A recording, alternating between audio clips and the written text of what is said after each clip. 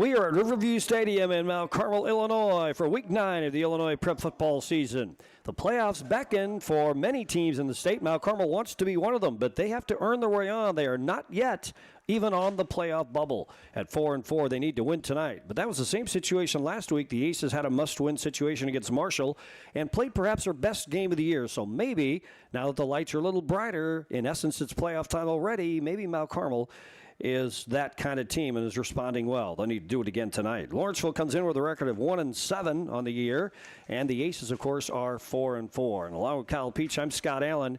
We are set for football. Well, we've had one big ceremony here tonight, senior night, and I look up and there's more people on the field again tonight. So what's this all about, Kyle? So it is a combination of, I think they call it Bandapalooza. Oh, okay. And it is a combination of the high school band with all levels of band in the Mount Carmel school system. So all the kids that you see in the yellow jerseys, the yellow shirts, they are young band members that are not yet in high school. And my goodness, they've started at 140-yard line, stretched all the way to one end zone, and they're still coming out of the stands. This is impressive. Yes, it really is. They were playing, in fact, the young kids were doing a very good job of playing with their older bandmates here in the stands as early as 45 minutes before game time. They were already blasting away and sounded really good. Sounded almost collegiate in nature with all the sound they were putting out. No doubt. So we are getting close to the kickoff for tonight's ball game. We did not see the opening kickoff ceremony earlier. What I can tell you is that Lawrenceville will receive the opening kickoff. So my assumption, given that, is that Mount Carmel won the toss and deferred, and Lawrenceville will receive to open the first half. So we shall hope. A very special man in attendance tonight. All Aces sports fans will know him. He really was kind of the author of a major regular season moment in Mount Carmel history. Perhaps the all-time greatest series Mount Carmel's ever had in football was the years we played Lawrenceville. For tonight's example, and Kyle mentioned this earlier, this is the 83rd meeting between these two. And for decades, Lawrenceville led the series. It was always the most intense game of the year. In the 9-game years in the NEC, this was week 7. And one year, almost 50 years ago, in fact, 49 years ago yesterday, October 23rd, 1976, is one of the all-time great Mount Carmel-Lawrenceville games. The Aces beat the Indians in Lawrenceville 18-6. And, well, put it this way. The theme of the song was Walking on Water, of the game was Walking on Water, and that's what Ed Tinsley did. It was a muddy day, and on top of all the mud in the previous day's rains, then it began to rain and pour and pour and pour. It wasn't mud, it was water on top of that field in Lawrenceville, and Ed Tinsley made it his own little skating rink or pool. He scored, he rushed for 111 yards. The Aces ended up winning the game. All right, national anthem time. We'll be back in 2 minutes.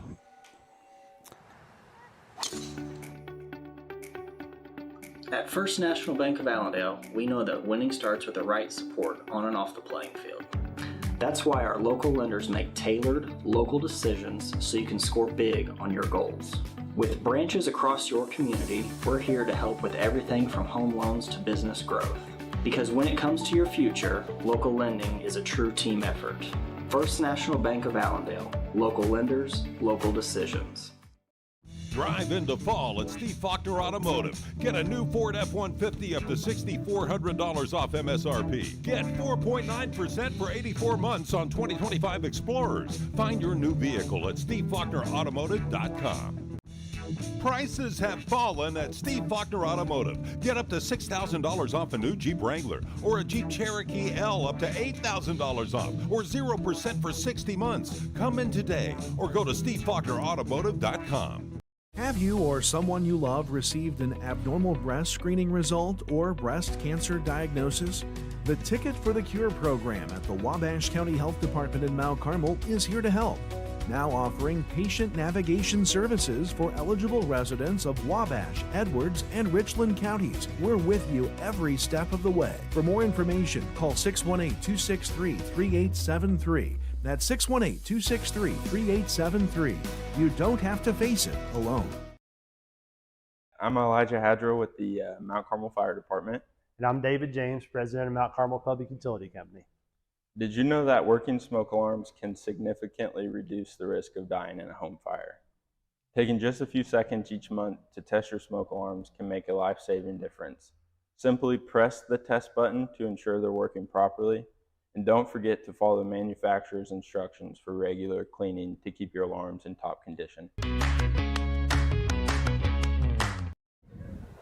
Back at Riverview Stadium, we're almost set for the entrance to the Mount Carmel Golden Aces. And Kyle Peach, what a great, colorful scene we have out here, as you were talking about before the anthem break, as all the kids from the various levels of band in our fine community. We're all out on the scene for the big tunnel clear from the goal line to past the 50-yard line. And then on the other side, it bends to, that's going to help the Aces find the end zone for the first time tonight as they walk down the stands, and they will have, of course, their entrance music, and we'll go on from there. I'm still standing from the anthem. I guess I could sit down. You know, that'd be all right. I think if I counted right, Scott, we're recognizing 25 seniors tonight across the band, one cheerleader, and the football team. And you look at the seniors that are making their way down the Riverview Stadium steps: Xander Bader, Jack Webb. Also out there, Elliot Acree, Red Andrews, Cole Carmichael, Michael Reed, Gabe Cyrenay, Sam Strockbine, Braden Mason, Brendan Bowser, William Freeland, and a student coach in Zane Davis. So these are all kids that are making what could very well be their final trip down the stadium hillside steps here at Riverview Stadium, depending upon how things will go, assuming Mount Carmel can make the playoff field, likely on the road in the opening week next weekend. So a special moment for the seniors, their parents, their fans, all here tonight making that trip down the center stadium steps in full uniform. Hopefully not, but potentially for the last time here at home. And I can't help but get a glimpse of Lawrenceville. Most coaches know very well what Mount Carmel does in the pregame, and they always try to keep their kids not enraptured, focusing, and the Aces coming down those giant stadium steps one by one, not very quickly at all, the measured response to Nirvana, and it really meant to, well, pump up the crowd and the team, but spook the opposition, and it just looked like they might as well have had cameras out there taking pictures of it out there. No doubt. 33 players, what I counted quickly there on the Lawrenceville sideline, out here witnessing the spectacle that is the Golden Aces taking the field here at Riverview Stadium. We're going to start a little bit later tonight. It's already 7 o'clock. And the Aces just now taking the field. So the senior night festivities pushing the start of this game back a little bit. But nonetheless, a special night here tonight. Lawrenceville in the road whites. Carmel in the maroon tops, gold bottoms here tonight for the final home game of the regular season. And the starting lineups will be introduced formally by the PA announcer here too. And there goes the band. They're just kind of breaking ranks now. And boy, what a sound they put out with the Aces fight song there, with all these instrumentalists out here playing their various. And I don't know how many kids are out there. It must be 100. Oh my gosh, it's got to be a lot. Yeah. So that's kind of neat, too. So we're almost set for football finally on this night. So we were talking about Ed Tinsley, 1976, October 23rd. Mount Carmel beat Lawrenceville 18-6. This kid, he's just a sophomore, Ed Tinsley. And he had a quarterback, maybe some of you heard the name, Bobby Lang. He was the hidden ball quarterback from the past. He used to fool officials out. He would run such a nifty little option pass that the officials wouldn't know how the receiver got the football. So they thought he was brought down. And no, there's the guy in the end zone holding the football. It was a hidden ball trick. And he was the first to pull it off anyway for Mount Carmel. But he was Ed's quarterback. But he ended up scoring. Bobby Lang did 3 times that day. But Ed Tinsley, despite the conditions, an utter water and mud bowl in Lawrenceville, he ran for 111 yards. Mount Carmel, ranked number 2 in the state at the time, beat Lawrenceville 18-6. Another deal, a classic Larry Davis, Clarence Reedy mentioned. Those are 2 of the larger-than-life personalities that graced us in North Egypt Conference sidelines over the years. As Clarence Reedy, the Lawrenceville coach, good old LD, as coach of Mount Carmel, and it was Ed Tinsley on that day. And so this is reportedly the very first time he has ever attended a Mount Carmel game that he wasn't in uniform. Goodness. How about that? And what a story. All these years later. So, Ed, we're glad you're here. No doubt. That's a special story on a special night. Good crowd here on hand at Riverview Stadium, the final home game of the regular season. And who knows? You always want to get to this point and have one more game at home. And will this be possible for this team this year?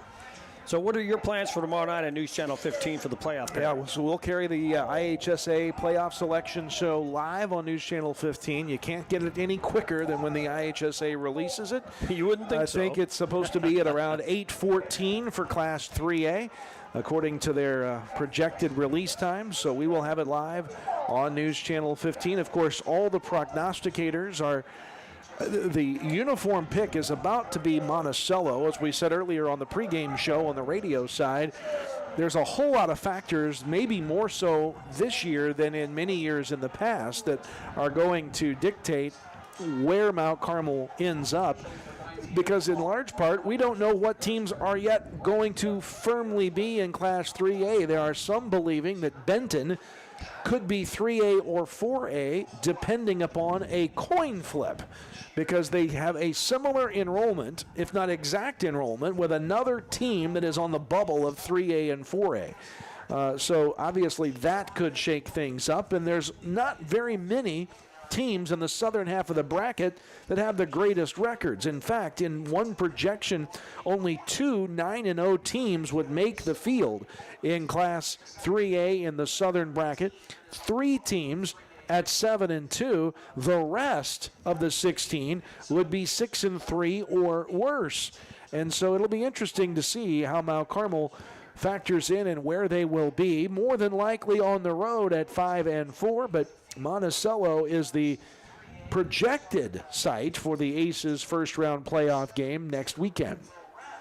Well, we're almost set for football. Mount Carmel clad in their home uniforms, the maroon tops, Vegas gold pants, and the famous gold helmets. Lawrenceville on their road white uniforms with the red numerals on their uniforms and the big L with the spear on their helmets. The Indians will be receiving the football. Mount Carmel kicks from left to right. And for the final time in the 2025 regular season, this one's underway. A cross kick, it'll go to an up back. It'll be retrieved at about the 35-yard line to the 40, from the 30 to the 35, and about to the 38-yard line. That's where Lawrenceville will take over. So a pretty good start for the Indians here. And they've had their moments. They had Ollie down in the second quarter. They had Paris down in the second quarter. So they just have not been able to sustain the efforts that they put together early in games. So when they're on it, they can be on it. Massey projects this to be a 45-6 Mount Carmel win. I'm not sure that I buy into that as much, given Lawrenceville's success this season. We'll see. Quarterback is Blayton Gossett. He's in the shotgun. 4 receivers spread out all over the field. He's going to throw a little dinker over the middle. Pass is caught. The tight end, 40, 45, 50, open field, still going, and gets into Mount Carmel territory, down to the 41-yard line, and that's the way the game begins, with a great little dump pass over the middle, and the pass is caught over there. Xander Cessna, I believe, 27. Yep. 27, okay. Yeah, he's a good guy. He's your leading receiver. I'm trying to look at the stats here. Yep. 23 passes already this year. Goes all for the way down 24 yards and a first down. First down again. They spread, and again, Gossett throws. Pass is caught. Aces right there in the recovery. Short gain at around the 36-yard line. That is Isaac Venard, who you'll call a lot tonight. He is probably right up there in terms of reception yards. 4th on the team. Had caught 7 balls before that one. Catches that one for 4 yards. And Lawrenceville going to the air here early. Blayton Gossett is thrown for 651 yards. 3 touchdowns. He's been picked off 8 times, though. Receivers are split left and right. One in the backfield. The running back gets the ball. Slight gain left side over left tackle to about the 36-yard line. Gain of 2. That's their principal back, Moorhead. Oh, Moorhead. 28. Okay. He's carried it 94 times on the year, 281 yards. That's a 3-yard per carry average. Didn't get any that time. 3rd down and 6. Zach Coffey's the second leading ball carrier on the Lawrence Football Club. Now 2 receivers left, 2 to the right, slot and wide out each way. 1 setback. Goss's back to throw. Does fire over the middle. Pass is tipped around and picked off by the Aces, and or did it get dropped? Yes. It's picked. Oh, I think it's picked. Yes. Oh, they did call it an interception. All right. Yeah, he held on to the ball. Who was that over there? Looking to find it for you. Lost it in the shuffle there, but nice catch off the deflection by the Aces defender to haul that one in. It was deflected in the air. May have been Jack Webb who came down with that football. It looks like it was. And how about that for the senior? It was Webb. ending up with that catch. He must have grabbed it a second time. Looks like it kind of squirted, and I thought maybe the official was signaling. It looks like he signaled. No, but I think he was just had his arms outstretched to mark where the ball was, I guess, because it looked like he was going to say incomplete. So here come the Aces now. They go left to right, and they're going to come out in a spread. We've got 4 receivers bunched up to the right side, 1 to the left, and he's in motion. And he will get the counterback give to the left side. Andrews. Red Andrews is still going. First down to the 40-yard line and then some. How about that for the first play? Red Andrews on the jet sweep. Yeah, no doubt, and takes it from where that play started. Where did he start at? The 29-yard line up to the 41, give him 12 yards. And our first and 10 pins bowling center first down of the game. So Red Andrews becoming more involved in this Aces offense as the season has projected. A couple of injuries as well as part of that, but nice to see Rhett doing good things in his senior season. And now here come the Aces again. Hand off to the left side. And running for Elliott Acree all the way to midfield to the 50. Short of the marker, but not by much. It'll be 2nd and 1. The senior Acree coming in 2,309 career rushing yards plus another 105 through the air. Gets 9 that time on his first carry here on senior night. The Aces have held 4 opponents to under 100 total yards in the game, and Lawrenceville did get a little bit of a chunk before the Aces got the pick. So now the Aces have double wing set man in motion, and the handoff ball carrier gets outside to the right side. Running room, finds a lane into the Jackson Kling, well into Lawrenceville territory, inside the 35, down to the 31-yard line. Gain of 19. How about that? The seniors showing off early, and now it's the junior Jackson Kling going for 19 yards and a 10 pins bowling center first down into Indian territory. Scored 3 touchdowns last week against the Marshall Lions. The Aces blanked the Lions 35-0. That's the first shutout in a conference game of the year in the LIC. Paris threw a shutout in week 1 non-conference. And now Acree gets the call again, sweeps left side, still running room, and is still moving ahead, and breaks free. He gets to the left side. He's going to find the end zone.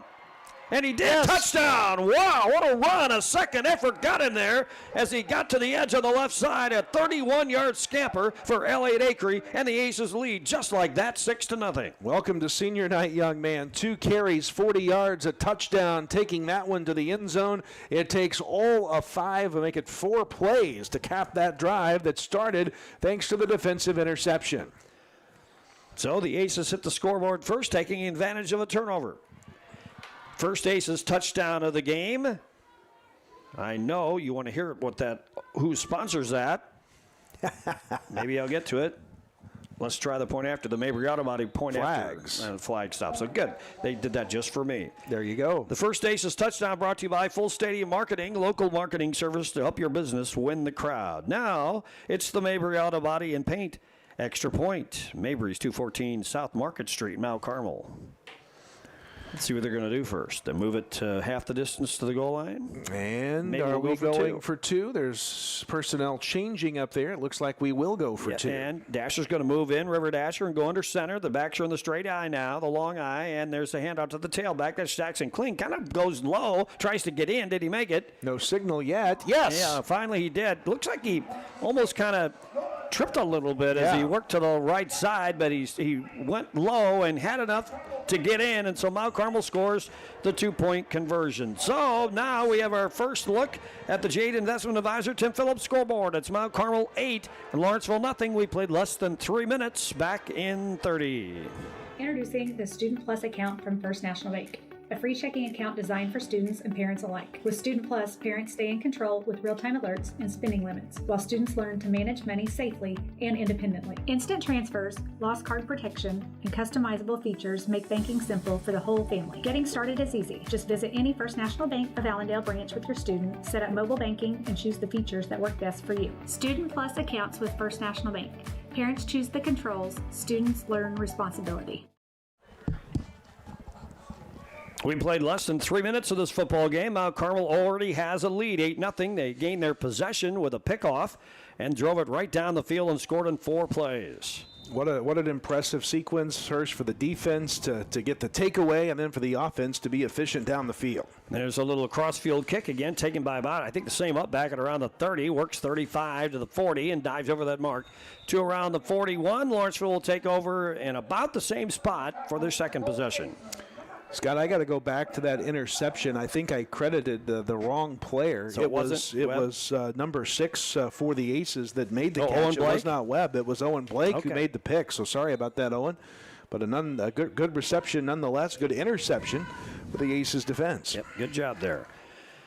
And the Aces took advantage of it. So here the Indians are now going again right to left. They've got two by two on the receiver corps, one quarterback in the shotgun, and he's going to keep it himself. Gossett's going to get surrounded and dropped, I think, for a loss. Maybe he made it back to the line. Looks like he did. 2nd and 10. Gossett, 37 carries from that quarterback position, 95 yards, averages about 2.6 per carry, and got nowhere that time. 2 carries early in this game for Lawrenceville on the ground for no yards.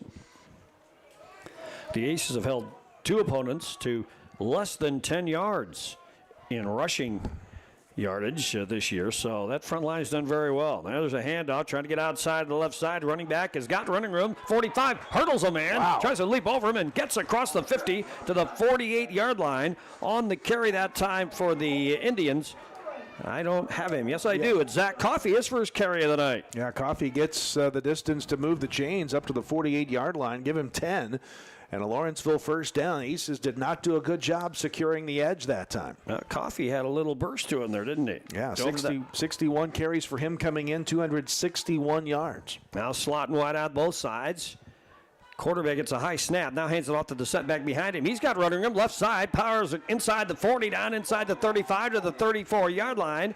Nice run for the Indians again, and another first down by number 28 on the carry. That's Moorhead again. Okay, Nick Moorhead entered with, what'd you say, his total was 281 yards. That is the most for an Indians player up front or in the backfield. Averages 3 yards per carry, but is the rushing leader. 96 carries now for him on the season with that one. All right, same look, 2 by 2 on the receivers. Now that one man in motion, that is Cessna, and the quarterback's in the shotgun. Gossett rolls right, wants to throw. He's under hot pursuit and dragged down. No, he got rid of the ball just before he was going to get sacked.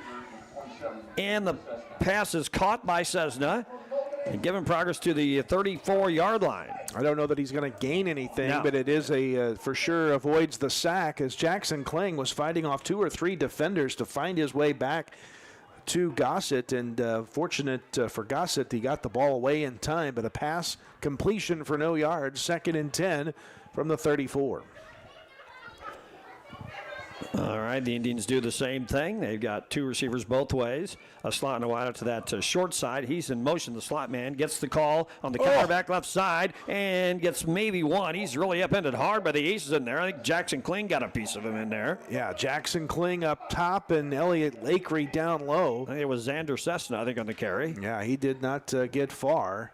Maybe a yard. 3rd down and long, 3rd and 9. 4-down territory, we presume, here for Lawrenceville. First quarter, Mount Carmel leads 8-0, 6:39 to go in the first frame. Now the Indians go trips to the left side. And here's Gossett back to throw. Wings it to the left side. Pass caught in the flats, and now not much running room after he catches the ball. And all of that for about 3 yards, and that's about it on the pass catch to Isaac Venard. Yeah, Venard makes the catch, but Acree closes the gap and makes a good open field tackle there to bring him down after about 3-4 yards on the play. 4th down and 5 here after that 3-yard completion. Well, the Aces got 1 possession started on a pick. Maybe we'll get another on a change of possession. They're going to try a field goal. Holy moly. So they're going to line it up for the 36. This will be a 46-yard field goal. Goodness sakes. That's got some distance. This is Moorhead, right? Yes.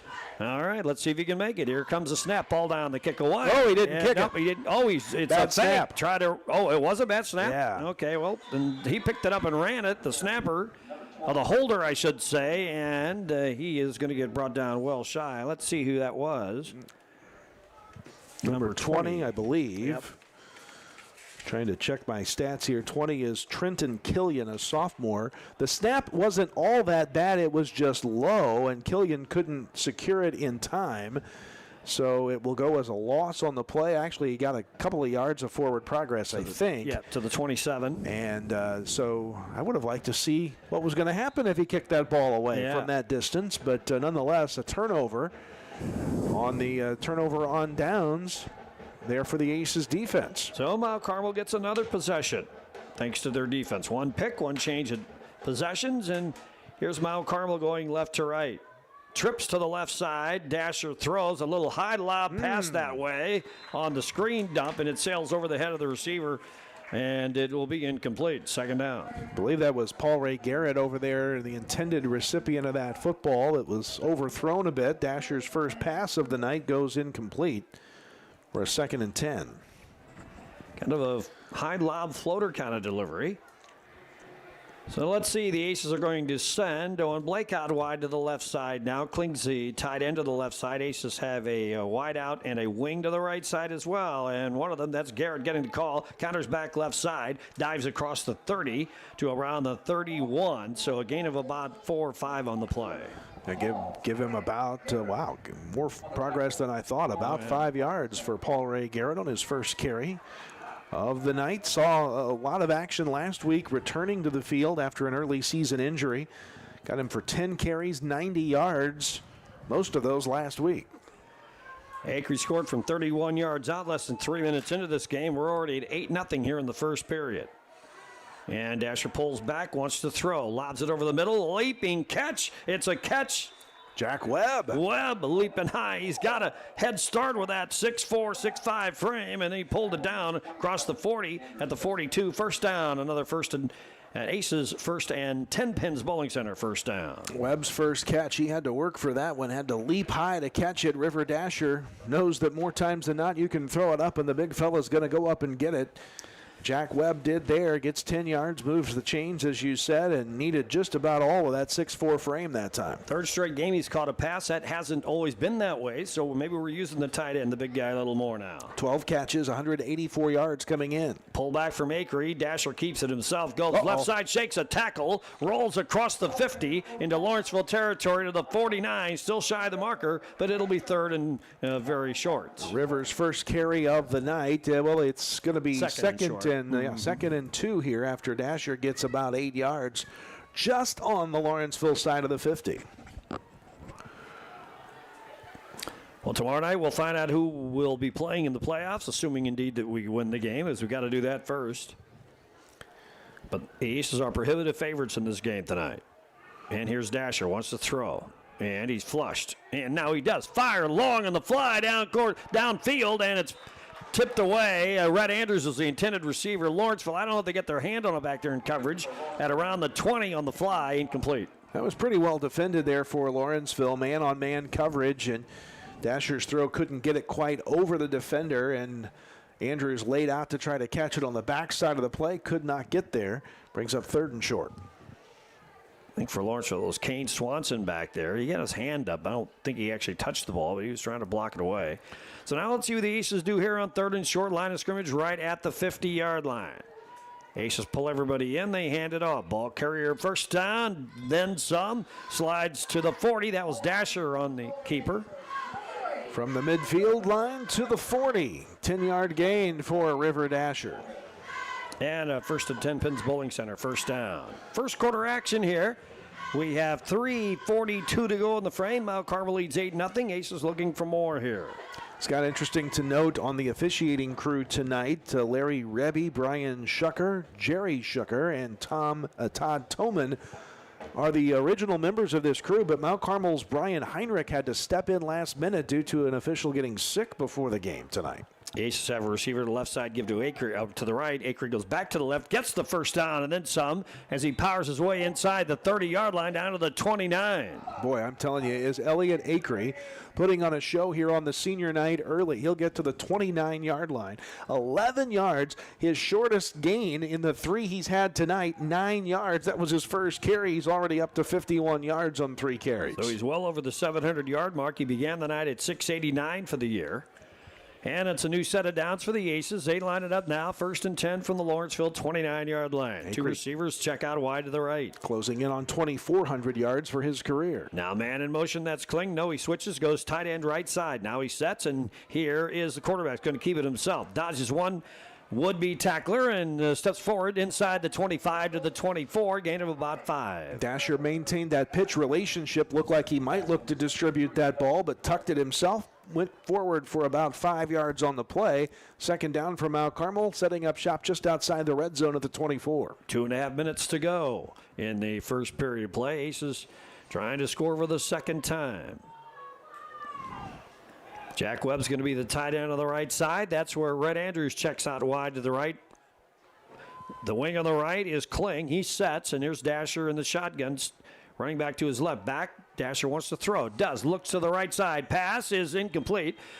Threw it too far ahead of Red Andrews on the out pattern and around the 10-yard line, incomplete. Scott, it's early, but it's also a cool night, the coolest night I think we've had for football this season, and River Dasher is kind of overthrowing most of the balls he's thrown tonight. He's 1 for 4, but 2 or 3 of those incompletions, if not all of them, have gone a little over the intended recipient's reach. So now the Aces send Andrews back out wide to the right side. Owen Blake is a slot man that way, and the handoff, and Dasher. That was Dasher on the keeper, and he gets down inside the 15-yard line, just inside that mark. And it's enough to move the chains, though, and put the Aces in the red zone for the first time tonight. Big R Farm and Home red zone moves the chains, 1st and 10 from right at the 15-yard line. And we're also down to 1:54 to go here in the first period of play as they set the chains. And the Aces come up to the ball. They have a slot and a wide out to the right side. Kling's the tight end that way. Dasher's in the shotgun. He hands it off. Ball carrier Rakey slides right side, dives inside the 10, gets down to around the 7-yard line. That's Acree again on the run. Shortest run of the night, but still ways downfield. He's going to get about 8 on that play. He's up to 59 yards. 2nd down short for the Aces inside the 10. We'll talk about other conference games and other area scores. We'll have a lot of those for you at halftime. The Ollie Tigers looking for their 2nd straight 9-0 season. Not sure they've ever done that. Now it'll be a slot man to the right side. Tight ends that way as well. And now here is Dasher. He runs into an Indian defender who brings him down. A man-on-man tackle at around the 8, about the line of scrimmage. Yeah, I'm not sure what happened there, if someone was unblocked or what the scenario there was, but no gain on the play for River Dasher. As you said perfectly, he went nose-to-nose, man-on-man, right there to a defender for Lawrenceville who was up to the task and brought the sophomore down. Down to the 35-second mark here. This might be the last play of the first period.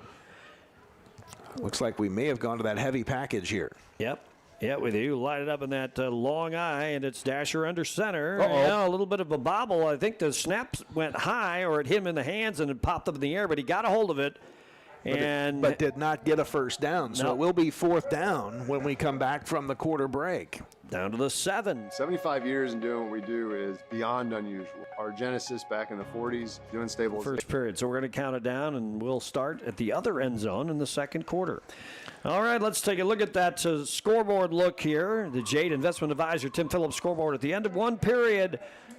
On the final home game of the regular season, Mount Carmel leads Lawrenceville 8-0, back in 1 minute. 75 years in doing what we do is beyond unusual. Our genesis back in the 40s, doing stabilization and still focusing on that here today is very, very unusual. I'm really proud that we have 75 years in this industry and still focus on getting better every day. That experience has propelled us. We carry it forward. In other words, we haven't lost the experience that was gained early on in the beginnings of the company. And we still have that knowledge base to draw from. And that's what just keeps making us better. Meet the dentists at Comprehensive Dental Care of Mount Carmel. Dr. Bryce Miller has proudly served the residents of his hometown for over a decade, bringing advanced training in the field of implant and cosmetic dentistry to the local community. And Dr. David Miller has been practicing now for 40 years. In that time, his goal has remained the same: to provide patients with high-quality care tailored to their health and well-being. Let our team at Comprehensive Dental Care put our quality, compassionate care to work for you. Give us a call today. This is no ordinary cup.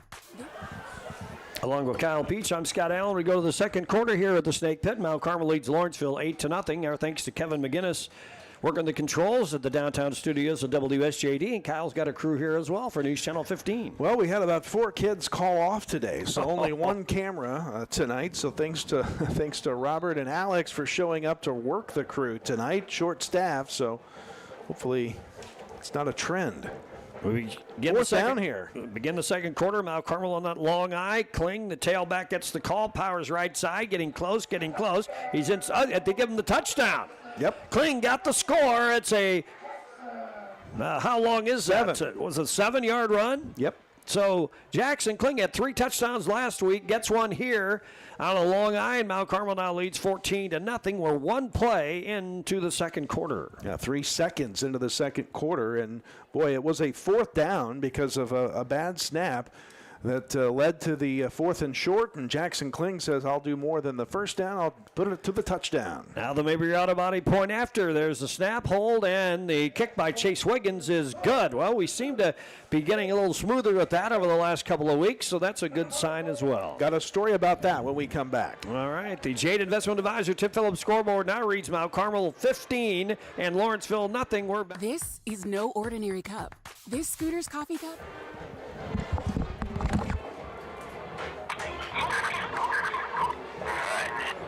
Yeah.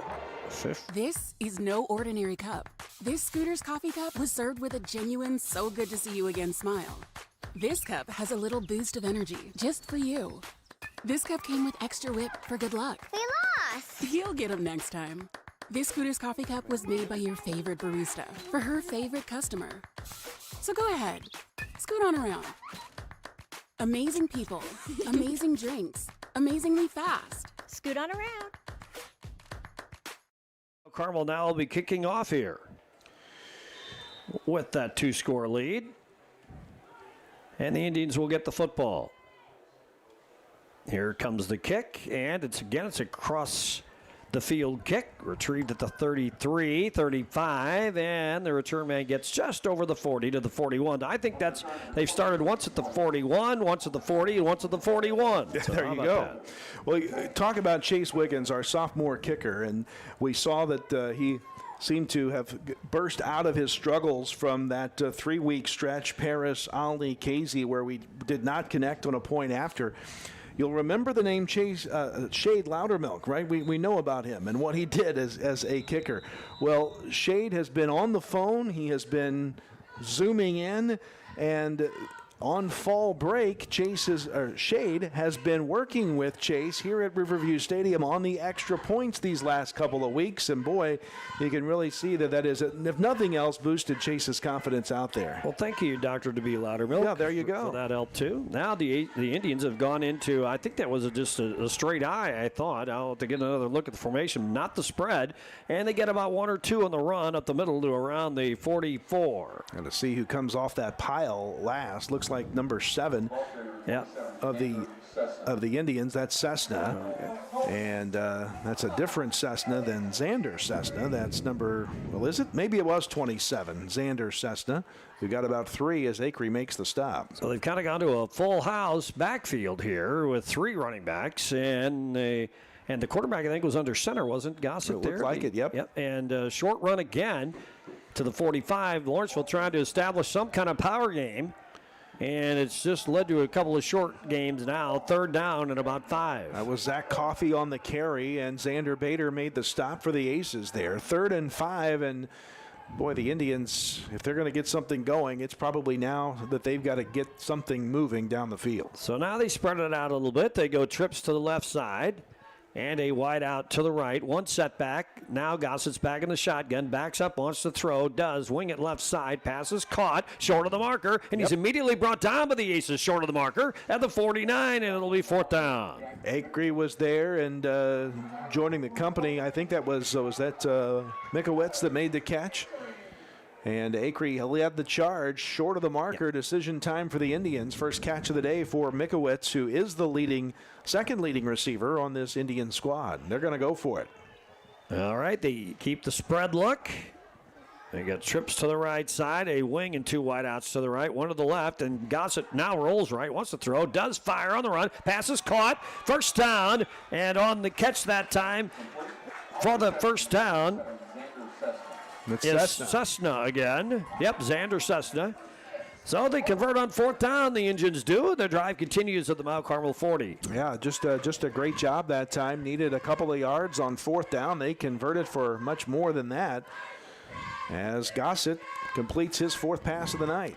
So now trips to the right, 1 to the left, 1 receiver that way, and here is the handoff. Ball carrier rolls right side, looks for running room, bangs his way forward inside the 35-30, and maybe inside that mark. No, right to the 30. That's Zach Coffey again, moved the chains for the Indians, 10 yards, first down. Right.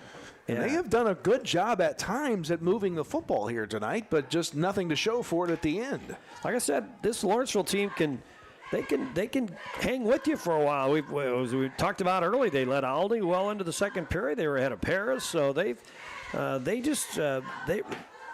got something going here. They just don't have enough to sustain it. It seems like they've really fallen backwards in the second half of ball games. And now another run by the ball carrier.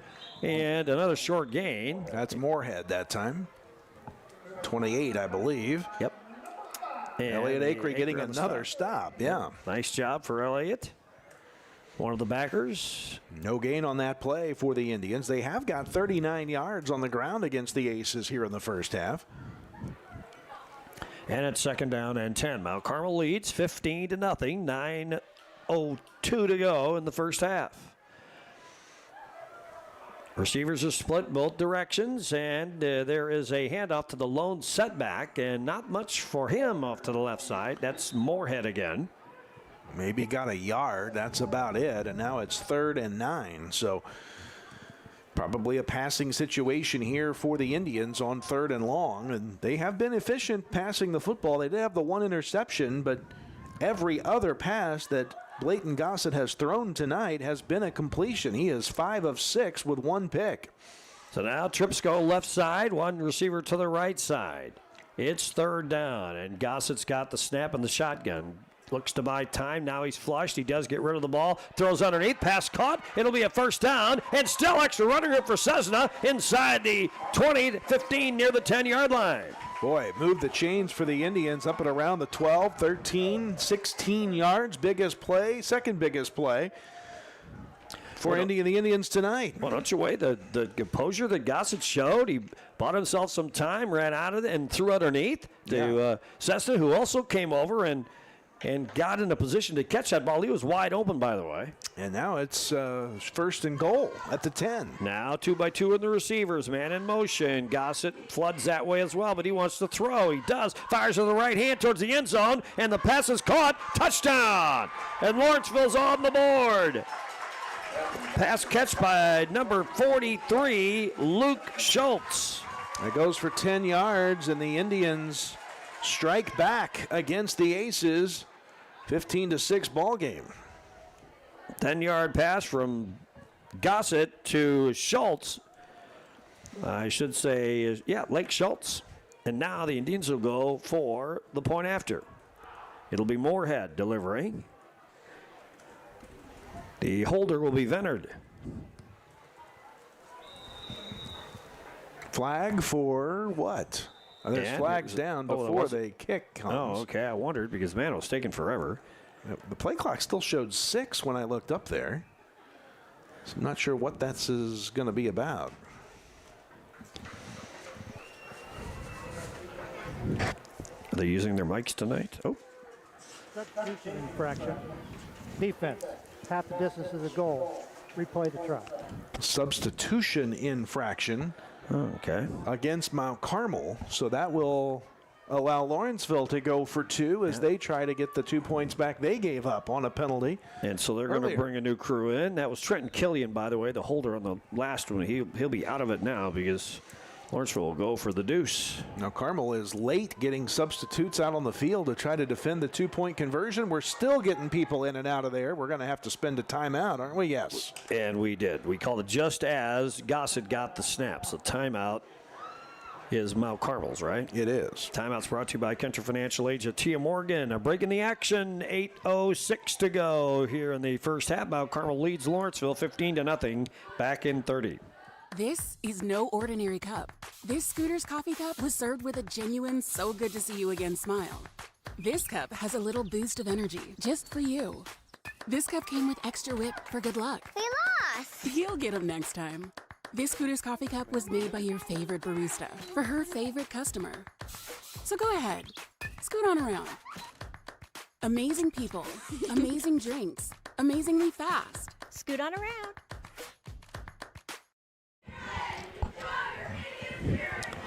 Lawrenceville knocking at the door here, called the timeout. They were about ready to try to work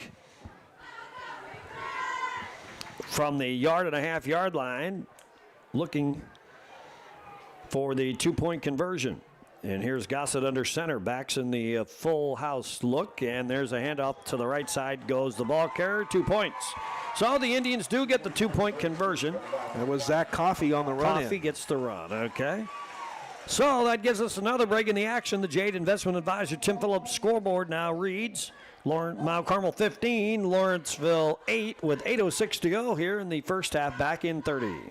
Lawrenceville scoring drive. Corporate America Family Credit Union at 1011 Oak Street in Mount Carmel is ready to serve you with the financial tools you need for your life's journey. Our staff consists of friends and neighbors from our community, here to serve you like family. We offer a full line of financial services, including new and used vehicle loans, home loans, checking and savings accounts, access to no surcharge ATMs, 24/7 account access, and more. Call or visit us today. Corporate America Family Credit Union, empowering financial success.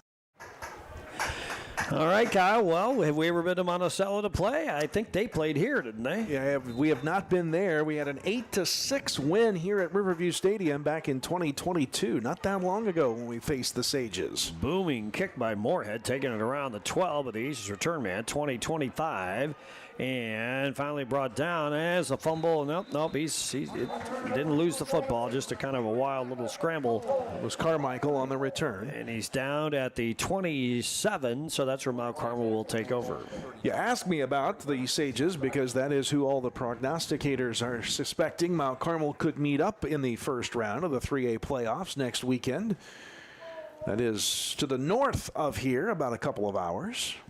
Presumably a Saturday playoff football game with the officials' crisis. Who knows? Yep. Could be Thursday night or Sunday, Friday, Tuesday. Who knows? And Dasher's in the shotgun, hands it off, countering back left side ball carrier. Now he cuts it up the middle a little bit. A little short gain that time by Elliott Acree, giving progress to the 34-yard line. Gain of about 6 on the play. Nice play by Acree. That puts him at 65 yards now on the night on just his 5th carry. Good to see my old buddy does the Lawrenceville ball games on the radio. Stevie J. We've called him Steve Anderson in the past. Used to be in Carmel. He's been in Lawrenceville forever. And now Dasher wants to throw. Fires to the right side. Pass caught. First down. At around the 39-yard line, and Lawrenceville did a good job of corralling him as soon as he caught the ball. That's Andrews on the catch. It is, and it will move the chains. A 10 Pins Bowling Center first down. And they mark him a little bit further back than I thought at the 42, but it's enough to move the chains. So it'll be nice to get another score here for the Aces, get 2 scores back up on things. It's 15-8 right now. Well, you talk about you and Steve Anderson, CVJ, 2 of the greats that have called football games for the NEC, the LIC, for a long, long time. And here's Dasher handing off, countering back to the left side. Owen Blake, that jet sweep, and he can't quite get to the edge. Lawrence with a good job of one-on-one tackling against him on the sweep try, and he's brought down at the 45-yard line. Short gain, but they're going to give him progress to that mark, and it's going to be about 2nd and 7. Well, how about Owen Blake getting his first carry? He's caught several passes, but his first rush of the season here in Week 9. It goes for 3. So let's see what the Aces do here. They send a wide out and a slot to the right side. Kling, the Wingback is that way, and Acree, the running back, heads that way. Now cuts it upfield, bangs his way across the 50, all the way to the Lawrenceville 46, first down. I'm telling you what, I'm not sure who tackled who. If Acree was tackled by the defender or if Acree tackled the defender, but nonetheless, he moves the chains to the 41-yard line. What a run for first down. And a bruising run at that for number 5 of the Aces, Elliott Acree. And now the football's in Lawrenceville territory. Aces will get the ball to start the second half as they kicked away to Lawrenceville to begin the game. Now a wing and 2 wideouts to the right side. It's Dasher in the shotgun, back to throw. Wings it long, looking long. And it looks like the receiver's tripped, or was he? No flag down on the play. That pass intended for Red Andrews on the flat around the 15. He went down. Well, you saw the official back there initially, just instantaneously start shaking his head. Nope. He's going to say that was incidental contact as their legs got tangled up. Unfortunate there because it looked like that was a play that was on sync, on pace to a timeout well for Andrews to make the catch, but the trip cost the Aces the completion there. Second down. All right, Aces send receivers out 2 by 2, and now Webb checks out that way. Lone setback, alone in the backfield is Dasher. He gets rid of the ball to Acree, catches the ball, and is upended just before he gets to the marker inside the Lawrenceville 40 at the 38. So Dasher in the empty backfield found a receiver. And that is the 9th pass completion to Elliott Acree. It goes for about 8 yards that time. Just the 3rd completion of the night in 7 tries for River Dasher. I like Dasher on the underneath stuff and the non-fly stuff better as a sophomore. Some young quarterbacks, that's all they can do is that fly pattern. But I like Dasher's ability to throw the other stuff. Yeah, and he seems even more accurate that way. So I think that's a good sign of talent for the future here for Mount Carmel. Now did he keep it himself Kept that time? Kept himself, Yep. got the first down. And boy, he's still plowing forward inside the 35. Nice drive with those legs and dragging everybody from Lawrenceville with him to a first down to the 31-yard line. I'm telling you what, that may have been River Dasher's best run of this game. Goes for 7 yards. He's up to 39 now on 7 carries. Moves the chains. A first and 10 Pens Bowling Center first down at the 31. Under 5 minutes left here in quarter number 2. We are sailing right along here. Yep, Mount Carmel on the drive on this senior night. Thanks for coming out to the ballpark tonight. Aces send wide out in a slot to the left. They do the same thing on the short side right. And now send a man in motion. And instead, it'll be Dasher on the keep. He passed up a chance to give it to Eki. Chase Wiggins, I should say. Militoni not around tonight. And as it is, the quarterback gets inside the 25 to the 24-yard line. 7-yard gain there for the Aces QB. River Dasher is 8th touch of the game. And again, just a slow, methodical drive. Nothing would please the Aces coaches more than to waste this clock and end with a score before the break. We're under 4 minutes left now in the half. And he gets a little help, does Dasher, from Owen Blake. A little jersey malfunction. And now Dasher calls the signals, hands it to Acree. Shuffles outside, gets to the edge, tries to hurdle over one man, and they will mark him all the way inside the 20, out of the 18-yard line. Aces in the red zone for the 3rd time tonight. 80 yards now for Elliott Acree, moving the chains into the Big R Farm and Home red zone on that first and 10 Pens Bowling Center first down.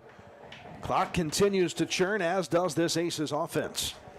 Scores 15-8 Mount Carmel, down to 3:34 to go here in the first half.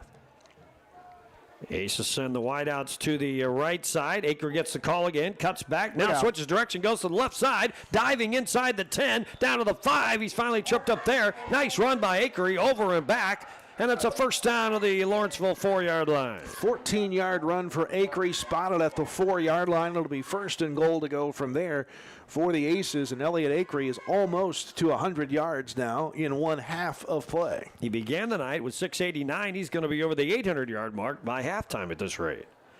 And a wideout and a slot go to the right side. Acree's in the backfield with Dasher. Oh, Dasher drops the ball, and now they fall on it.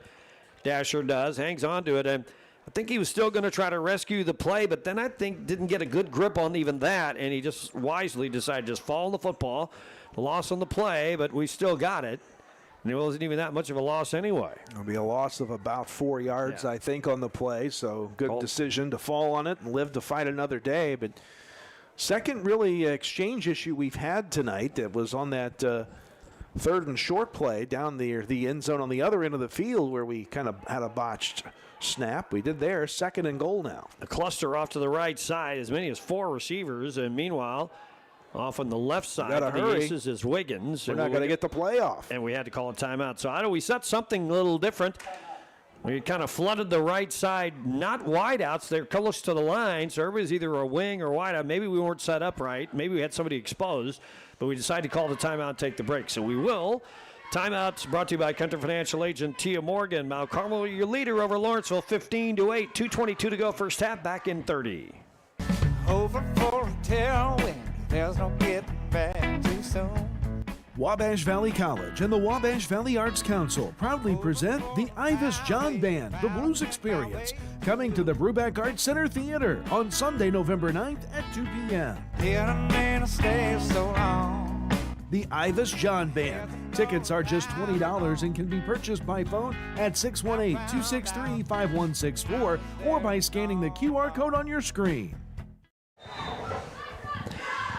We are at week 9, the final night of the regular season. What is a great season. Friday night football turns into Saturday football starting a week from tomorrow. Let's hope Mount Carmel's a part of the Saturday football this year.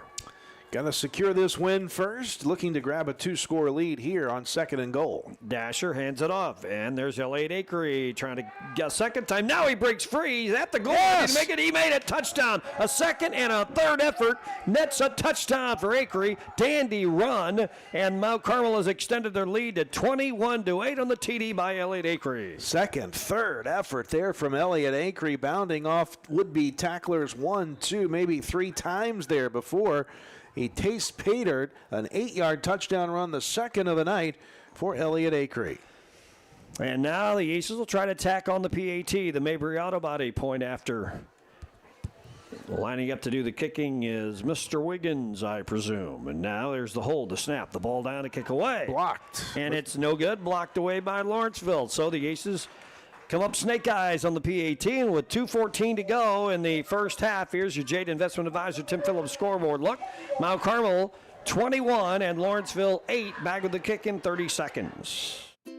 Buy Low is Mount Carmel's local grocery destination, proudly serving the community with fresh products, friendly faces, and great deals every week. From our fresh deli and bakery to a wide variety of produce, fresh cut meat selections, and even an Ace Hardware, we've got everything you need, all close to home. Stay updated on all the savings at myiga.com or follow us on Facebook at Mount Carmel Buy Low for the latest specials. Shop local, save big at Buy Low, Mount Carmel's hometown store. Now Carmel got 6, but not 7 on this on that possession. So we're at 21 and holding now, 21-8 over Lawrenceville. We still have 2:14 to go in the first half of play. And as Kyle mentioned earlier, the Aces will get the football to start the second half. That ends a streak of 6 straight PAT makes for Chase Wiggins over last weekend, the first one here tonight. Starting the new streak. Next time the Aces find the end zone, we hope. And the Aces will be kicking from right to left. And there's the boot. And more of a squibber this time, straight down the field. It's going to dribble out of bounds at around the 25-yard line. Let's see if the Indians take the football at the 35. I think that might be just our second flag either way in this ball game. Yeah, which is also a good sign. Didn't have too many last week either. So, you know, every team's different. Sometimes teams battle with their demons, and it seems to go on forever, and it really almost lasted 8 weeks, but finally Mount Carmel's starting to clean things up. You know, that's why you look at our record, 4-4. If we get into the playoffs at 5-4, playing at the level we're now, which is far superior to where we were early in the year, we might be a dangerous little 5-4 team. No doubt. Receivers split. And here's the quarterback, Blayton Gossett, wants to throw, fires over the middle, pass is complete, and the double coverage still caught the ball. It was jarred away, but he hung on to it and drives forward into the Aces' 35-yard line. What a catch. That's Luke Schultz hauling that one in, his second reception of the night, and boy, Lawrenceville in business. That goes from the 35 all the way across midfield to the Aces 33. A big play for the Indians and a dandy catch and a new set of downs. Receivers split again. Gossets back to throw again. Dumps it over the middle underneath. Pass is caught. Crossing pattern right side. Finally, the Aces recover and bring the receiver down at around the 29-yard line. That's Cessna that time. Xander Cessna?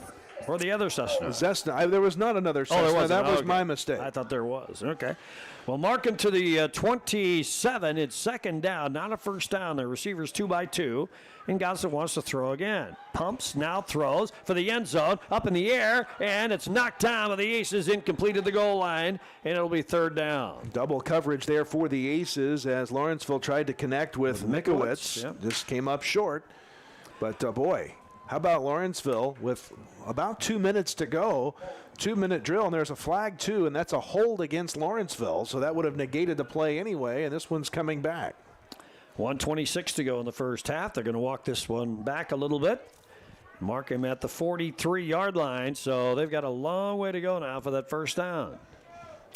Creates a 2nd and 15 now, 38 yards away, 1:26 left on the clock. Indians do have all 3 timeouts. Trips to the left side for the Indians. Gossett in the shotgun, backs up, looks like he wants to throw. They're in on him, and he's going to get brought down. A sack back near midfield, and that is Braden Mason. Or is that Sam Strockbine? Now what do we have? Whistles, the ball kind of went awry.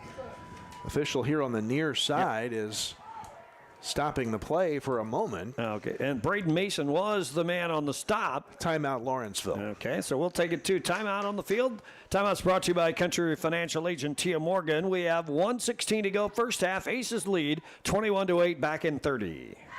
I chose Wabash Valley College because I didn't really know what I wanted to do right after high school. And today I can say it was the best decision that I could have made. When I was here, I had the chance to join different clubs and to take a couple different classes, and I really expanded on my interests. In my classes, I learned what I liked and I learned what I didn't like. So I did get to meet new friends. I joined a bunch of clubs, practiced some leadership skills, and kind of gradually grew into adulthood here. And so I'm very grateful for that. My name is Jonathan Leach. I graduated in 2013 from Wabash Valley College, and that's why this was the best decision for me.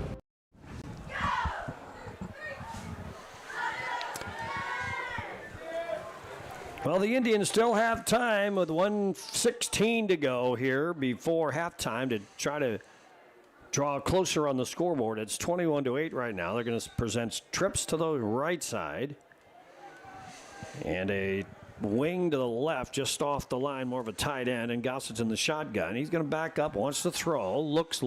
He's chased out of the pocket. Ace is after him. He's on the run to the 45-40, cracked down just inside the 40 at the 39-yard line, well shy of the marker. On the run, and Mount Carmel player is slow to get up. Yeah, unfortunately, it looked like might be Tucker Martin. When he went to make the play, kind of made a little rougher contact than really he wanted to there, and so the ball will be at the 40 and a timeout here due to the injury, and hopefully he's going to be okay. Yeah, that's Tucker Martin. He's one of the kids that came in following the injury of Shane Metter. Not that he wasn't playing before as he was, but he's become a very instrumental part of this defense over the last half of the year. So will they attend to Tucker, and they're going to look him over a little bit. We're going to. Here he comes up. Okay, well, good. We'll just keep it here. Exactly 1 minute to go now. And in fact, Tucker's making it out pretty much under par. He's got a shoulder of a coach, a hand on the shoulder, but that's it. Otherwise, he's out with under his own accord, so that's good. Exactly 1 minute left in the half. Timeout now called. Now Mount Carmel is calling a timeout. That will be their last of the half. All right, so we will take the break now. Timeout's brought to you by Country Financial Agent Tia Morgan. Aces lead 21-8 back in 30. At Wabash General Hospital, we're more than healthcare. We are part of the team. Our athletic trainers proudly serve 13 area high schools and 3 junior colleges, standing on the sidelines and in the AT rooms every day. From keeping our athletes healthy to helping them chase their dreams, we're here for every student athlete, every game, every step of the way, from injury to return to play. At Wabash General Hospital, caring for athletes is our game. Tail end of the first half here. Lawrenceville trying to figure out a way to get to the end zone. 1 minute to go now in the first half of play. They're at the Mount Carmel 40-yard line. And it is 4th down and long. And here is Gossett. Steps out, rushed, and he escapes a would-be sack. Now he's cracked hard. Did the ball come out? The ball's loose. Yes, it did. And who's got it? We've got it anyway. Yep. But it's at the 45. Now a flag down well after the play. Let's see what that's all about. Well, coming up after the play there was Aiden Reynolds with the football, but I think when Xander Bader accelerated there, the fumble recovery, I think that's what the penalty is going to be like for an unsportsmanlike conduct. That's my guess. And let's see what they call here. We had block in the back on White. Penalty was declined after the play. Unsportsmanlike, Mount Carmel. So there you go. 2 penalties. I didn't see the first flag, I guess, on the block in the back. So that'll be walked off then, and the Aces will start further back? Yes. We get the football. We declined the penalty, took the result of the play, and then after the play was over, we take the unsportsmanlike conduct penalty and back us up 15 yards. But at this point, it's no big deal. We're going to get the football in the second quarter, so we'll have it at our own 24 now. But we're down to 50 seconds to go. We could knee it out at this point then. Second turnover tonight forced by the Aces defense, the interception earlier, and now the fumble recovery. And they had a turnover on downs earlier caused by the defense, too. So it's been a successful night for the Aces so far, and yet they only lead this, really, 21-8. So it's no put away yet, that's for sure. No doubt. Aces were favored by 39 coming in. And let's see what we're going to do here.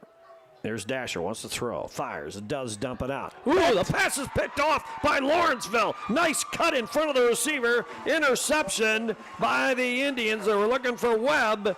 So they have the football now at the Aces' 30-yard line with time still left, 44 seconds. Boy, and you know, in this situation, we have no timeouts. You question a little bit why we're going to the air there, don't you? Yeah, I mean, that could be, I know the coaching staff has upset with themselves over a couple of plays during this year. That could be one of them, but let's hope you don't have to pay for this in the end. Now trips to the short side left. Gossett wants to throw. He's chased out of the pocket, brought down. Sacked. So a sack back at the 33-yard line, a loss on the play, and the clock is going to run. That's Braden Mason who made the sack of the quarterback, and we're getting back now to Gossett. Nope. Is there another penalty? No, Clock there's a stop. timeout. Timeout Lawrenceville, their second of the half. So they stopped the clock. They have the football. 36 seconds to go before intermission. Mount Carmel leads 21-8. Timeouts brought to you by Country Financial agent Tia Morgan. We'll be back in 30. At First National Bank of Allendale, we know that winning starts with the right support on and off the playing field. That's why our local lenders make tailored, local decisions so you can score big on your goals. With branches across your community, we're here to help with everything from home loans to business growth. Because when it comes to your future, local lending is a true team effort. First National Bank of Allendale. Local lenders, local decisions. Well, Mount Carmel got a little greedy, didn't they? They certainly did. And then Lawrenceville picks off a pass. Let's hope it doesn't turn into points. We knew we were getting the ball the second half. We're not in a great spot from the 24. We don't have any timeouts left. Let's just knee the football out. But we try to throw a pass. It's picked off. And now the Indians have a chance. And now here's Gossett back to throw. Wings it to the right side. Pass caught underneath. And the receiver pushed out of bounds and stops the clock on top of that. Nice job by the Indians there. And the pass is caught by Mikowitz, I think. Okay, Mikowitz. And they're going to mark him at the 26-yard line. Clock stops, 30 seconds to go. About a 7-yard completion, and I've been impressed with the passing game tonight. Lawrenceville has still not thrown an incompletion. They did throw an interception, but no incompletion. Yeah. And they're throwing underneath us and around, too, working what they see as our weaknesses. And now Gossett's back to throw again. He does. He fires left side. Pass is caught out there. Mikowitz. On a turnout. Mikowitz, nice job. Perfect pass. Good coverage by the Aces. He's pushed out of bounds as quickly as he could. They're going to mark him at the 20, right at the 20. Just short, so it will be 4th and 1 here for Lawrenceville. Clock did stop, 23 seconds to go. Any timeouts left for the Indians? Lawrenceville has one left. Okay. But remember, they also trotted out a kicker for about a yep. 40-something yard try we'll here see earlier. if Nick Moorhead's going to. But they're going to go for it here on 4th and 1. All right, so here we go. 2 receivers to the left, 2 to the right, and it's Gossett in the shotgun. Gets the snap, looks, quick fire left side. That's enough for the first down. Or is it? He's repelled. Let's see where they get progress to. A short little slant pass is caught, but Mount Carmel football. They did not get it. The pass caught by Mikowitz seemed like a pretty good idea, but he just didn't actually get over the 10-yard marker. So the Aces take over on downs for the second time tonight. Wow. So let's see, really, the defense has generated 4 possessions now, right? The pick, the fumble recovery, and now the 2 on downs. Yes. So now the Aces, we think they'll knee it out now, but we thought that a minute ago. 16 seconds to go here. 16 seconds, no timeouts, 80 yards. I think I'm taking my knees here. Yeah, I think we learned our lesson, huh? I would think. Andrews will check out wide to the left side. But this not kneel down formation here, is it? Oh, surely it's just show and tell, right? Here is. We're going to we're going to throw the football. We're not giving up. And he's flushed out. Now sets. Now fires long. Looking for Andrews. He's got it. He dropped it. Couldn't hang on. He was wide open at the 35-yard line. Goodness sakes. Oh, he about held that in. Yep, he at did. The 40. 6 seconds, 8 seconds left. We would have had a shot, I guess, from there, but now you surely take the knee. He just couldn't haul that one in. One I'm sure Rhett would love to have back. Well, why take a knee now? I mean, we're into it this far. Are you going to start trying to lateral the ball now at this point? We're not taking a knee. Look at this formation. We're in a spread, so here we go. And it'll be Dasher in the shotgun. He's going to take the snap. He's going to step back and throw. Looks, fires long again, looking for Andrews again. And this time he kind of underthrows him. It hits the receiver, I think, more than anything else, incomplete. Yeah, hit the back of the defender there. So, and there's still a second left. It's 3rd down. Well, thank goodness for that, because I was starting to think, we need to complete one of these passes so the clock will run out. But luckily it's 3rd down. They surely. There's only one more second. So now we'll take a knee, right? No. But I thought that about 3 or 4 plays ago. Goodness.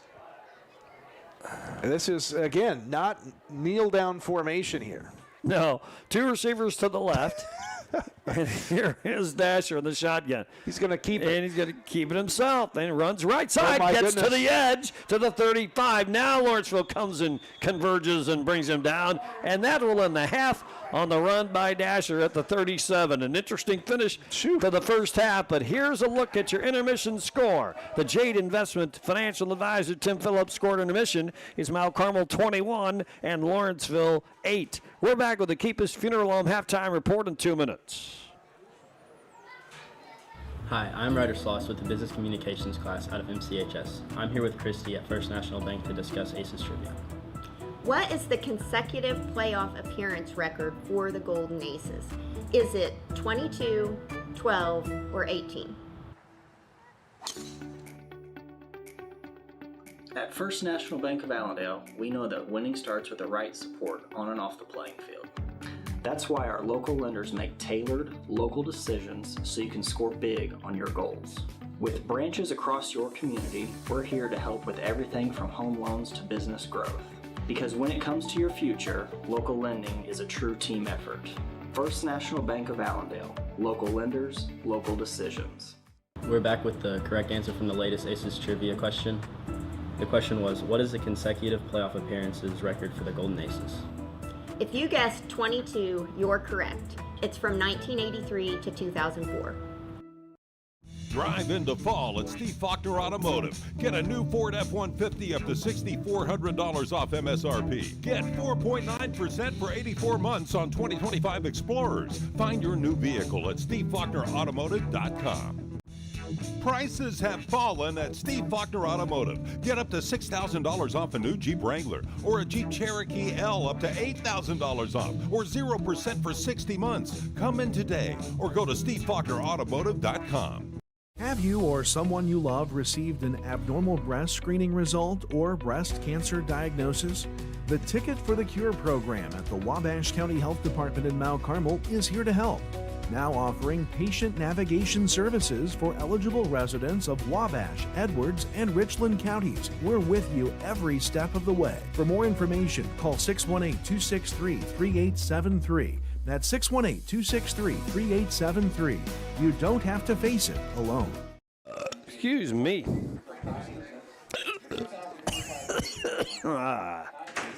Everything's going okay up here as far as I know. Marching Aces drum major Carly Mandrell. Color guard captains are. Well, we're back here on the News Channel 15 side of things. 21-8 is our halftime score. Mount Carmel's band, award-winning band this season, taking their show on the road here for the halftime. Their final competition is this weekend. And you're listening to the Keepus Funeral Home halftime report. It's intermission, as Kyle indicated, and on senior night, Mount Carmel is right now sending the seniors off happily. It's 21-8 intermission. Mount Carmel will get the football to start the second half. Well, the Aces have made their mark on defense a lot. The offense hasn't always been smooth tonight, but they do have the lead, and it sure started out like a house of fire. Less than 3 minutes into the game, Elliott Acre rambled in from 31 yards out, and the possession came on a pickoff, an interception by Jack Webb, I believe, wasn't it? Yep. No. Owen Blake. It was Owen Blake. We thought it was Webb. Yeah, Yep. Owen Blake. And then the Aces took it in from there on a 4-play drive. With 9:07 to go in the first period, Jackson Kling on a 2-point run made it 8-0 Mount Carmel. That was the score at the end of the first period. In the second period, 3 seconds into the second period, mind you, the Aces scored again on a 3-yard run by Kling. The kick by Wiggins made it 15-0 with 11:57 to go in the second period. Then the Lawrenceville Indians got into the act, and boy, they did a good job. I'd tell you, this Logan Schultz, he caught a 10-yard pass from Blayton Gossett at the 8:06 mark of the second quarter. Then Coffey ran for a 2-point conversion. It was 8-15-8, and Lawrenceville ended up getting the football back on an Aces miscue and rolled it in from there. A nice little drive for them. The Aces scored again, though, to get their 2-touchdown lead back. At the 2:14 mark of the second quarter on an 8-yard run by Elliott Acre, his second score of the game. And the kick failed for the point after, and that's our score at halftime, 21-8. It was 8-0 Mount Carmel in the first period. Aces outscored Lawrenceville in the second frame, 13-8. That's where we are at halftime. It's 21-8 Aces. Well, Scott, we'll check stats here quickly for you. The Mount Carmel rushing attack has amassed 207 yards here in the first half, led by Elliott Acres, 9 carries, 102 yards, and 2 touchdowns. River Dashers carried it 10 times for 59 yards. Red Andrews at carry for 12. Paul Ray Garrett, 1 for 5. And Jackson Kling, 2 carries, 26 yards, and a touchdown. So 207 yards on the ground. Haven't really got the passing game. It connected well tonight. River Dasher has completed 3 passes out of 10 thrown for 24 yards. Also has an interception. Jack Webb a catch for 10. Elliott Acre 1 for 8. Red Andrews a catch for 6. So 231 yards of total offense for Mount Carmel. For the Indians, they have 41 yards on the ground. Leading the way for them is Zach Coffey, 3 carries, 23 yards. Nick Moorhead has 4 carries for 11. Blayton Gossett has 5 carries for 1 net yard. Xander Cessna, 2 carries for 4. And Trenton Killian has 1 catch, 1 rush on the botched snap on that field goal attempt for 2 positive yards. So all told for the Indians, that is 15 carries, 41 yards. Meanwhile, Blayton Gossett has really kind of challenged the Aces secondary and has been effective. He has not thrown an incompletion. Off a deflection, he threw an interception. But he is 11 of 12 through the air, 138 yards, and 1 pick. That's quite a bit of offense for the Indians through the air. 138 through the air, 41 on the ground. So it's a 21-8 game on the scoreboard. Mount Carmel has out-offensed Lawrenceville, but only 231 to 179. So the Indians are putting up some fight here on the offensive end. Yes, they are.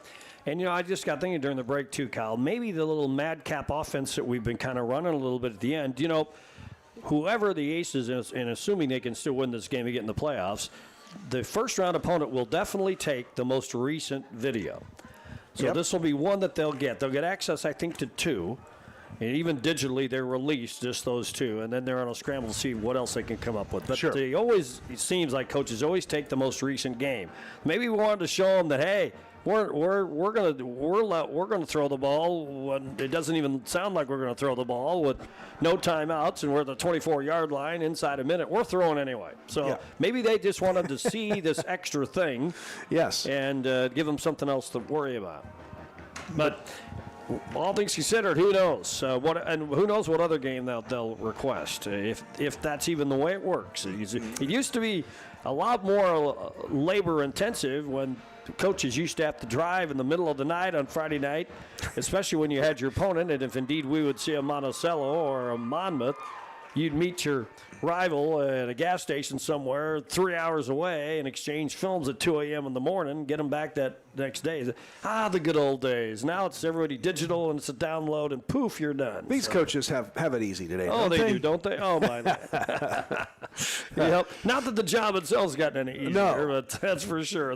Between the yard line markers on Friday night, it's just as maddening job as it ever was. So you're listening to the Keep Us Funeral Home Halftime Report. We're going to take a 2-minute break. When we come back, we'll have scores. We'll take a look at what's going on in the conference and around the area. Week 9, a lot of teams trying to play their way in, including Mount Carmel. We'll have more in 2 minutes. Keep it here. I'm Elijah Hadro with the Mount Carmel Fire Department. And I'm David James, president of Mount Carmel Public Utility Company. Did you know that working smoke alarms can significantly reduce the risk of dying in a home fire? Taking just a few seconds each month to test your smoke alarms can make a life-saving difference. Simply press the test button to ensure they're working properly, and don't forget to follow the manufacturer's instructions for regular cleaning to keep your alarms in top condition. 75 years in doing what we do is beyond unusual. Our genesis back in the 40s, doing stabilization and still focusing on that here today is very, very unusual. I'm really proud that we have 75 years in this industry and still focus on getting better every day. That experience has propelled us. We carry it forward. In other words, we haven't lost the experience that was gained early on in the beginnings of the company. And we still have that knowledge base to draw from. And that's what just keeps making us better.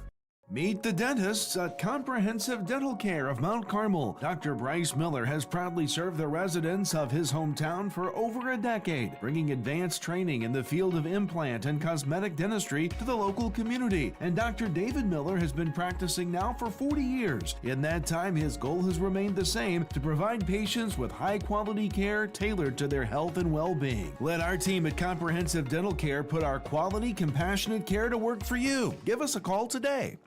This is no ordinary cup. This Scooter's coffee cup was served with a genuine so good to see you again smile. This cup has a little boost of energy just for you. This cup came with extra whip for good luck. We lost! You'll get them next time. This Scooter's coffee cup was made by your favorite barista for her favorite customer. So go ahead, scoot on around. Amazing people, amazing drinks, amazingly fast. Scoot on around. You're in tune with the Keep Us Funeral Home Halftime Report. The Mount Carmel Marching Aces wrapping up their halftime performance. We have another group of kids on the sidelines ready to take to the field, and that's the Junior League program. Those youngsters that have had a very successful season. They were the champions of the league they're in nowadays. The Wabash Valley Youth Football League, I think is the name. Yeah. Which is not the junior NEC of old. It's a lot of LIC teams, Little Illini Conference teams. So a good sign if we're winning the Junior League championship that the LIC's in. And it only bodes well for the future. No doubt. Carmel football. No doubt. And you got a lot of great youngsters. I believe that if I have it right, that Tate Buss and Brantley Krupp represented the Mount Carmel Junior High team on a SIJHSAA-related all-star team, I think, after the season was over. So you got to love to see that the future is bright, and those young fellas, much deservedly so, will get recognized here once the band completes their competition routine here. They will play, they will march, they will participate in their final competition of the season this weekend. That's tomorrow, and that is up at Oblong. So best of luck to Kim Mandrell and the Marching Aces on their last performance in competition this weekend. Yeah, he's done such a marvelous job bringing this program onward, and just the costuming and the routines are much bigger time. They kind of closely resemble what you see in Indiana, any school in Indiana. With the competition, they've got a state competition, which they don't really have in Illinois, so it's a higher level over there, and yet you see Mount Carmel and Newton's got a good band, and there are some bands over on this side that try to emulate what we see in Indiana. But congratulations to what she's done for the Mount Carmel Marching Aces, and really, the band has a proud legacy from the old days on. So Pappy Perkins, Bill Hudson, all of the great directors of the years past. And by the way, I got to go back and give credit. The All-Star game was put on by Wabash Valley Youth Football League. So it was an all-league All-Star game. So that's pretty cool. I thought I saw a bunch to of see. pictures from them at some point. And looks like everybody had players in it, or everybody had a team in it or something. There was a north and south team where they divided them up, I think is how that worked out. So, you know, hats off to them for doing a great and they played it at Rose Holman, I think, in Terre Haute, didn't they? Yeah, something like that. Yeah. So a nice AstroTurf field, I think, a nice place. Yeah, sure is. So that's what I'm seeing here on these pictures. And then they had all-star jerseys to wear as well. That's really something. So congratulations also to the Mount Carmel Lady Aces. They've known for a while that they were going to at least share the conference. They were kind of hoping they might win it individually, but give Newton credit. They bounced back, had to win 3 games in a row to figure into the title after Mount Carmel beat the Eagles during the season.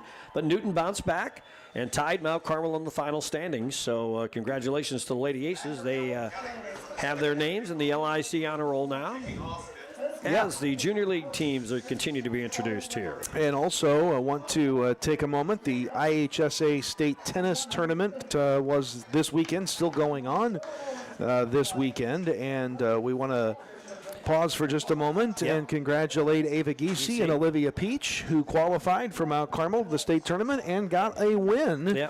They went 1-2 before being eliminated in consolation bracket play. So congratulations to that doubles team for Mount Carmel for doing good things there. So this is the final fall sport activity, because the volleyball regional tournament starts on Monday. Tennis is done. Golf is done. Cross country is this weekend. Regionals are this weekend. Regional is this weekend, but the conference thing is done. So, we're getting close, and tomorrow night is next up. We're going to find out who Mount Carmel would play, assuming they can hang on and win this thing in the playoffs. And go ahead and repeat for the fans, Kyle, when it is tomorrow on News Channel 15. Yeah, so we have the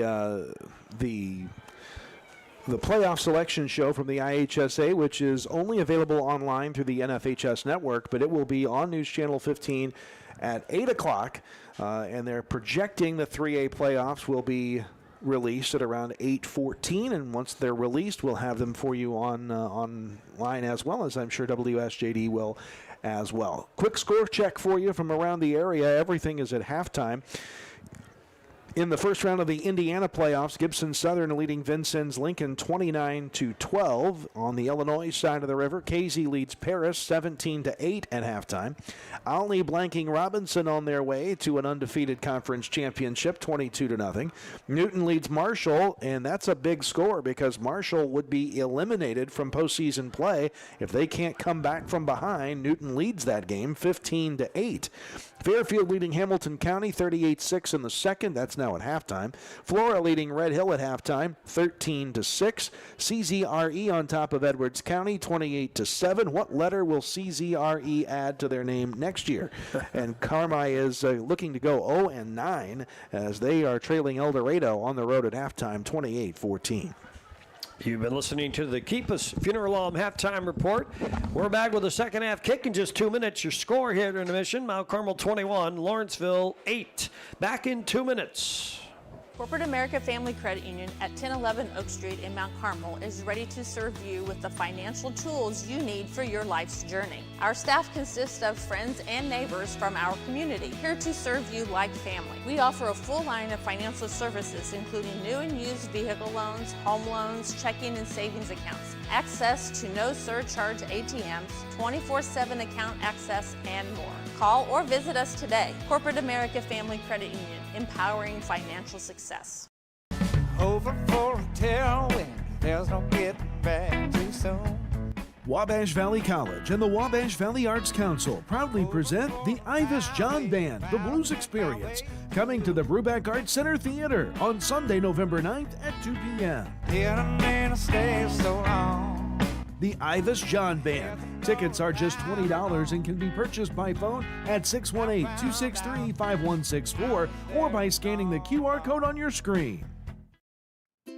Buy Low is Mount Carmel's local grocery destination, proudly serving the community with fresh products, friendly faces, and great deals every week. From our fresh deli and bakery to a wide variety of produce, fresh cut meat selections, and even an Ace Hardware, we've got everything you need, all close to home. Stay updated on all the savings at myiga.com or follow us on Facebook at Mount Carmel Buy Low for the latest specials. Shop local, save big at Buy Low, Mount Carmel's hometown store.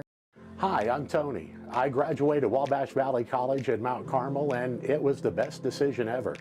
It gave me the opportunity to go on the air almost immediately. Within about a week of starting the broadcasting program at Wabash Valley College, I was a DJ on 89.1 WVJC, and that on-air experience was invaluable to my future career and hiring potential.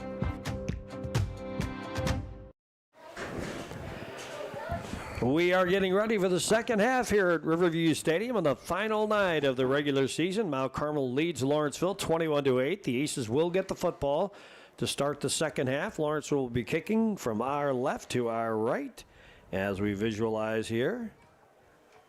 Mount Carmel has two men deep, standing at about their 10-yard line. We're almost set for the resumption of football here.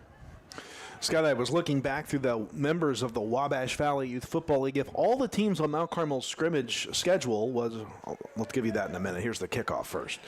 And it'll be higher kick, taking it around a 15-yard line. 20, 25, 30, 35, and finally snowed under there, the return man for the Aces, and that was Cole Carmichael on the return.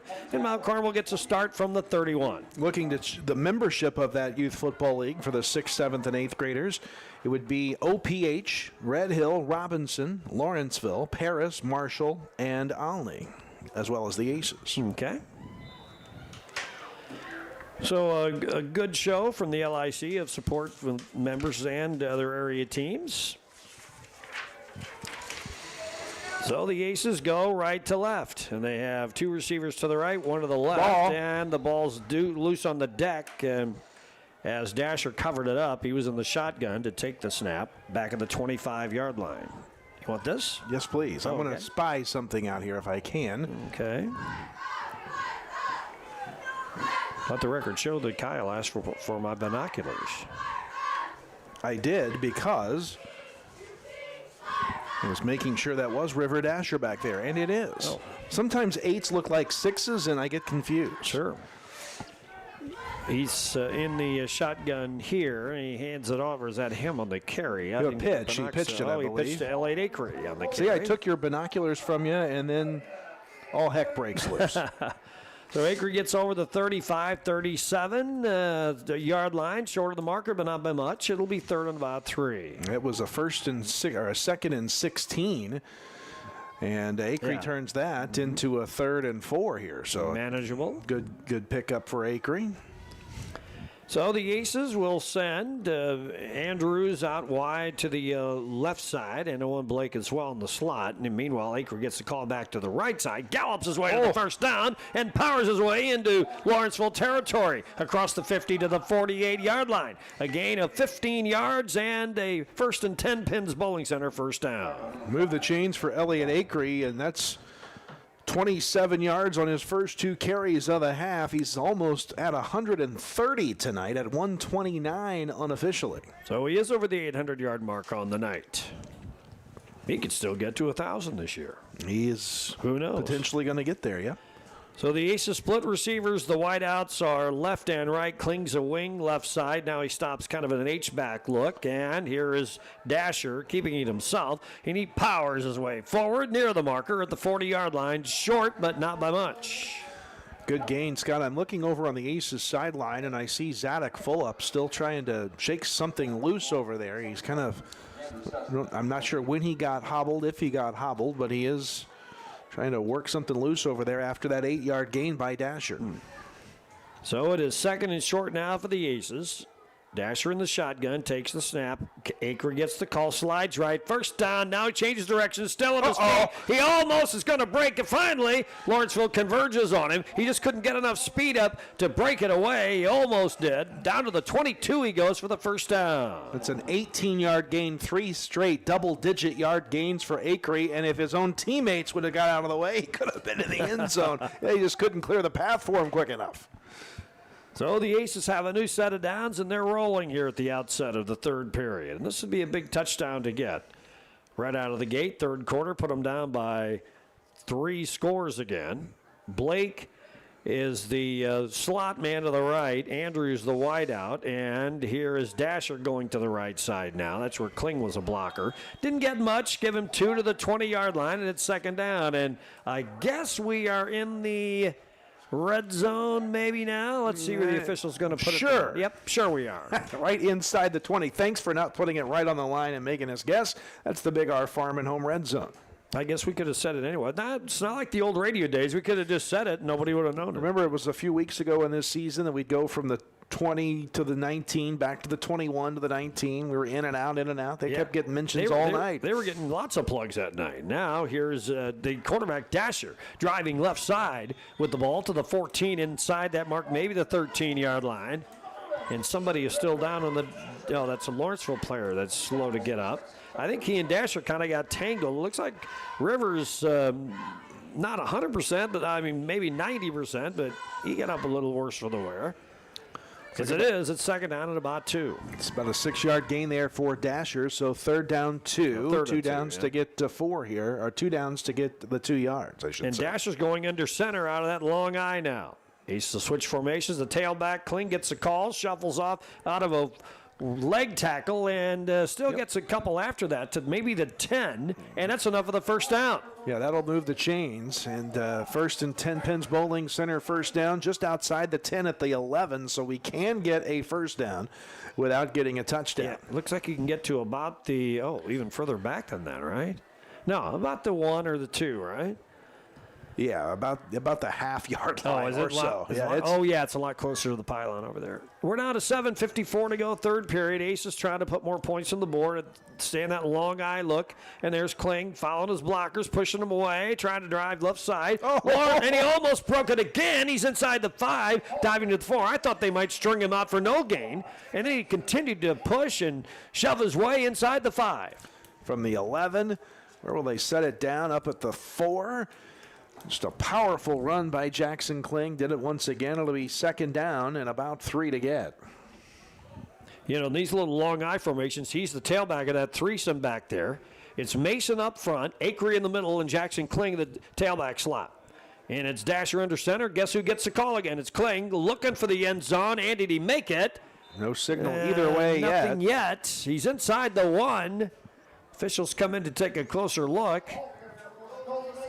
Boy, if they call touchdown now, that would be about the latest I've seen, but they're going to say short right just outside the goal line. 3rd and 1, but no, it's first and goal. First and goal. There's that half yard we needed for the first and 10 Pens Bowling Center first down. So now the Aces get 4 looks from the 1.5 yard line, leading 21-8 here in the third quarter. We stay with a long eye. Same threesome behind Dasher under center. Calls the signals. Keeps it himself. Goes over left guard. And I think he has it. Yes, touchdown. River Dasher on the, we'll have to credit him with at least a yard for the touchdown. And Mount Carmel now leads 27-8 with 6:43 to go in the third period.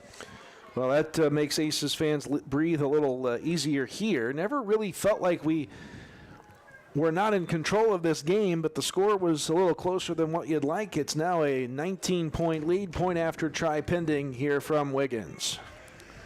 Now the Mabry Auto Body point after try. Mabry Auto Body, 214 Main Street. Market Street, right? Something happened. Here's the snap, but we didn't have the kick. We've got a encroachment. Defense. Lawrenceville. Half the distance. Penalty. Oh, here we go. Bring in the long eye again, or will we? No signal yet. No, we're going to just leave the kicker out there, it appears. No heavy package yet. But have they moved the football yet? Well, here they come. Oh, now we make the switch. Play clock is at 15 as they're coming on the field here. We got to hurry this up. I'm not sure what took us so long there. 10 on the play clock. And here they come, hustling up to the line.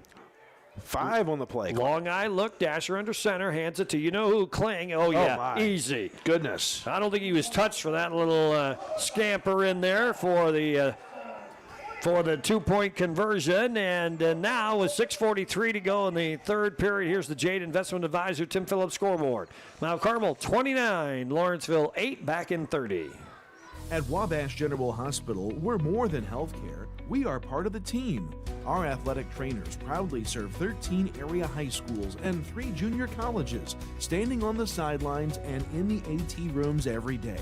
From keeping our athletes healthy to helping them chase their dreams, we're here for every student athlete, every game, every step of the way, from injury to return to play.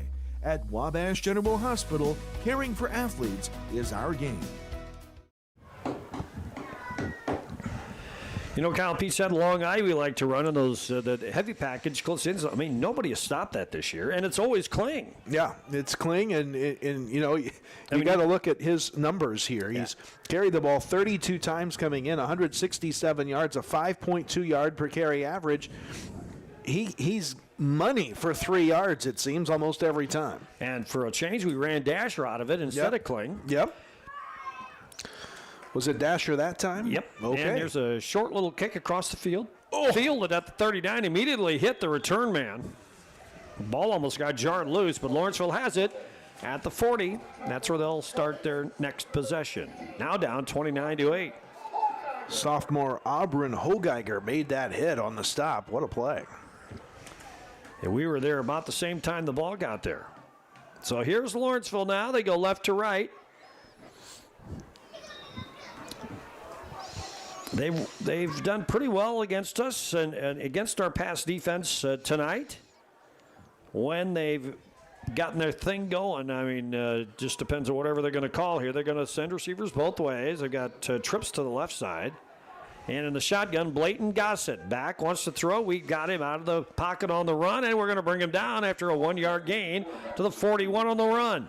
Got Xander Bader making the stop, tracking Gossett down. Not a sack, but just a yard or two of forward progress. Mason was in the area as well. Actually, that was Bader, beg your pardon. So they marked the football at the 42. It's 2nd down and 8. Clock running. We're down to 6:12 to go here in the third period. Asia's trying to finish the year 5-4 and become playoff eligible. We got plenty of playoff points. If we go 5-4, we're getting in. It's not like some years when you're not really sure. Now the receivers are 2-by-2 for the Indians. They go left to right in the shotgun. Gossett backs. Now he's going to run right out of it. Escapes a couple of would-be tackles. Now he's got running room. 40, 45 of Mount Carmel before he's finally brought down after a first down run. Nicely done by Blayton Gossett. About a 15-yard gain. That's the longest running play of the night for the Indians. And looked like we were a little slow shaken up there on the play. But River Dasher and so Carmichael that were a little banged up on that play, and good play by Gossett, first down Indians. So, line of scrimmage, the Aces 43, receivers 2-by-2, and this time the one setback with Gossett gets the call, and he'll get maybe a yard to about the 41 or 42 yards. That's Moorhead on the carry. 52, Braden Mason on the stop, and again, not a lot there, as you said, for the ball carrier. Boy, Mason, since he's a part of that heavy package, he brings so much to that. We got to get the ball to Mason one of these times. You know, that wouldn't be a bad idea. The senior should do that tonight before Let's the practice season it before we is get in the over. playoffs. Yeah, there you go. Line of scrimmage, just inside the Mount Carmel 43-yard line. Second down on a long 9. Indians send 2 receivers left side. Now we got a little confusion going, and Moorhead settles Zach Coffey down. And Coffey, in fact, gets the call from tailback. It looked like an eye set there. And he dives across the 40 to the 37-yard line. It's 3rd and short from there. Acree making the stop out of the secondary for the Aces. 3rd and about 6 coming up here for the Indians. You know, you talk about plays you'd like to see, Mason getting a handoff. I still want to see Sam Strockbine catch a pass. He caught one earlier. It was deflected, but it went for -1 yard. Gossett hands off. Ball carry goes nowhere. Coffey dragged down by Bader, who shot through the line and got him as he was sweeping to the right side. That's a loss on the play, and it'll be 4th down from the 45-yard line. Well, just good pursuit to the football there for Bader. Coming around the edge, and we may have a penalty at the end of the play, and it may be on Lawrenceville for unsportsmanlike conduct. Right after the play. Personal foul. He said that. And after the play. After the play, I saw Mount Carmel's player, Chase Wiggins, look like he was a little shaken up. I think he got slammed to the ground there by the Lawrenceville player who was doing the blocking, and the official caught it from the backside. That's a huge penalty. Because now 3rd down and 4 becomes 3rd and 19. And back on the other side of the 50 at the Indians' 46.5-yard line. Goodness. So, boy, yeah, you're right. That changes everything. And the clock stops for now. We're down to 4:0. Well, no, it starts again. 4:02 to go, 3rd period. Aces in control now, 29-8. 3rd and 20. Or is it 4th down? It may be 4th down. Yeah, it is 4th down. Yep, and the Indians send trips left side. And here's Gossett in the shotgun. He seems to have time, and he's hit as he throws the ball. It is caught, dropped downfield. I thought somebody might grab it for a moment, but incomplete at around the 35. It was right on the marker, though. Could have been a 1st down pass, but good job of the Aces on defense. Mount Carmel takes over on downs the 3rd time tonight. The defense is forced to turn over on downs. And also forcing the first incomplete pass thrown tonight by the Indians, Blayton Gossett, in 13 attempts. Of course, he did have that interception he threw earlier, but that's the first incompletion. Mount Carmel will take over in our own territory here. Or in Lawrenceville territory, I should say. Yep, line of scrimmage will be the Indians' 47. Short porch to work with here. Mount Carmel leads by 21 points, favored by 39 going in. Folks at Massey kind of like Mount Carmel, don't they, come playoff time?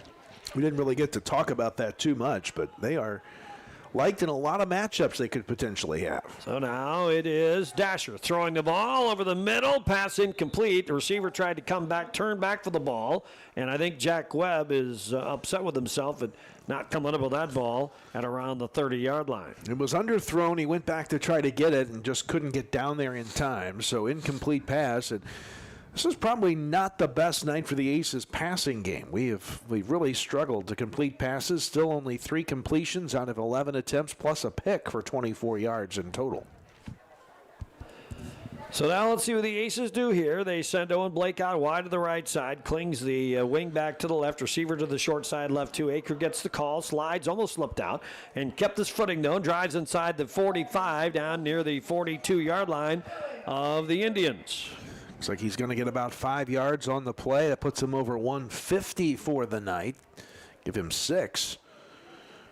And it's 3rd down now for Mount Carmel. 3rd and 4 coming up. And we talked about those potential playoff matchups, and both NUIC, which is a outfit that projects the playoffs, and Steve Soucy have Mount Carmel matching up with Monticello in the first round. Now double wings to the right side. Receivers that way. Acre goes that way. Now cuts back against the grain. Open field to the 25. Pushed out of bounds inside that mark of the 24. Another 1st down run by Elliott Acre. From the 42 right up to the 25, so 17 yards, and Acre just continues to churn. First time tonight we set up that double wing wall on the right side of the line, and we went against the grain, or at least Acre did. Found some running room to the edge, and the Aces moved the football and they moved the chains. If the Sages are the Aces matchup in the playoffs, both outfits had them as a 7-2 team of 5 seed. 2:51 to go, third period. Here's Dasher in the shotgun. Acree to his left. Rivers going to throw. He wants to. Now he fires for the end zone. The pass is incomplete. Off the hands of the receiver at about the 5-yard line. Looks like we were trying to connect with Zadok Fulop there, I think, and he is kind of limping his way back to the huddle here. Yeah, he is, isn't he? In fact, he may just continue on to the sidelines. He's taking himself out. And here comes Kling in to replace him. Second down for the Aces now.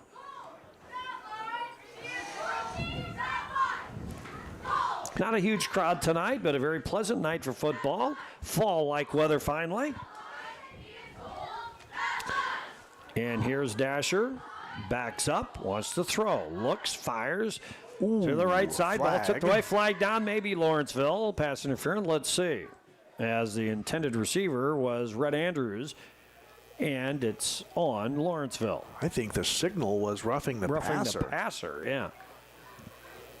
Personal foul. Personal foul. Personal foul. Roughing the passer. Defense. So late hit there must have been what they saw. And they'll march it off. And march it off all the way down to the 15-yard line of Lawrenceville. So the penalty puts us back in the Big R Farm and home red zone. And they move the chains. 1st and 10 Pins Bowling Center first down on top of that. So a new set of downs, and they actually mark it at the 13-yard line. We're down to 2:38 to go in the third period. This would be a put-away touchdown here, I would think. You would think. And it'll be Dasher in the shotgun. Acree to his right. River keeps it himself and plows towards the middle. Kind of ran that one a little gingerly. Gets inside the 10 down to around the 7-yard line. Second down. So Dasher gets about 5 on that play and continues to churn out yards. I've got Mount Carmel over 300 yards rushing tonight now as a team. Dasher second on the roster at 75. Elliot Acree at 170 on the night. Wow. He's at 859 now for the year. That 1,000 mark's doable, huh? Closing in on 2,500 for his career. Clock inside 2 minutes now. Dasher gets they go direct snap to Elliot Acree. He gallops to the left side, and he gets in for the touchdown. How about that? Elliot Acree with a direct snap, and the Aces score again, increase the lead, and then now it's 35-8. 7-yard touchdown, the third of the night for Elliot Acree. And the Aces a much more comfortable lead now. 1:50 to go in the third period. Now time for the Mabry Auto Body point after try, and it'll be Mr. Wiggins in to do the kicking. It'll be Mr. Dasher on the hold. Here's the snap. High snap, bobbled. Dasher pulls out, wants to throw. Comes up with an ad-lib play. Almost made a completed pass for the 2 points, but it's knocked away by the Indians as he suddenly found himself in an ad-lib basis looking for who over there? May have been Webb. Yeah, might have been Jack Webb, but didn't come up with it. So 6 points for the Aces, and here's a look now at the Jade Investment Advisor Tim Phillips scoreboard. Mount Carmel 35 and Lawrenceville 8 back in 30. All into great deals at Steve Faulkner Automotive in Mount Carmel. Get a Ram 1500 with up to $10,000 off MSRP, or lease a Pacifica for $444 a month. See store for details and go to SteveFaulknerAutomotive.com. Steve Faulkner Automotive in Mount Carmel, Illinois has an outstanding service department. With free pickup and delivery, we'll make sure your vehicle runs perfectly at an affordable price. Come see us today or view our service specials at SteveFaulknerAutomotive.com. Well, the Mount Carmel Golden Aces clearly better in the last couple of weeks on special teams, but as shown by that example right there, we've still got to get a lot better before the playoffs. Here's a kick across the field. Short, bounces, and it's live! Finally, Lawrenceville falls on it at the 39. That ball was hot and ready to be grabbed by the Aces, but Lawrenceville just beat us to the football. Michael Reed, the senior, right there close to it, just couldn't grab it. Aces almost come away with a onside style kick recovery. As it is, Lawrenceville takes over at the 39. They now trail in this game, 35-8 with 1:48 left in the third quarter. We'll talk more about the playoffs as we progress through this game here. Again, Mount Carmel likely on the road next week. We'll tell you about some interesting matchups down the road, though. Trips left side, receiver right, throw to the left side is caught. And a nice bring down by the Aces after a short gain at around the 42-yard line. That was Schultz on the catch. Going to get about 3 yards or so. That'll be about it. Tucker Martin on the stop. Good to see him back out there after being shaken up earlier. But, you know, Scott, as we looked at the Massey projections for all the teams that the NUIC bracket projection had Mount Carmel potentially seeing in the southern bracket of the playoffs, there were only 5 of the 16 teams that we would be projected to lose to. More on that in a second. Now they go full house in the backfield. Hand off to the ball carrier, and he gets a couple of yards of the 45-yard line.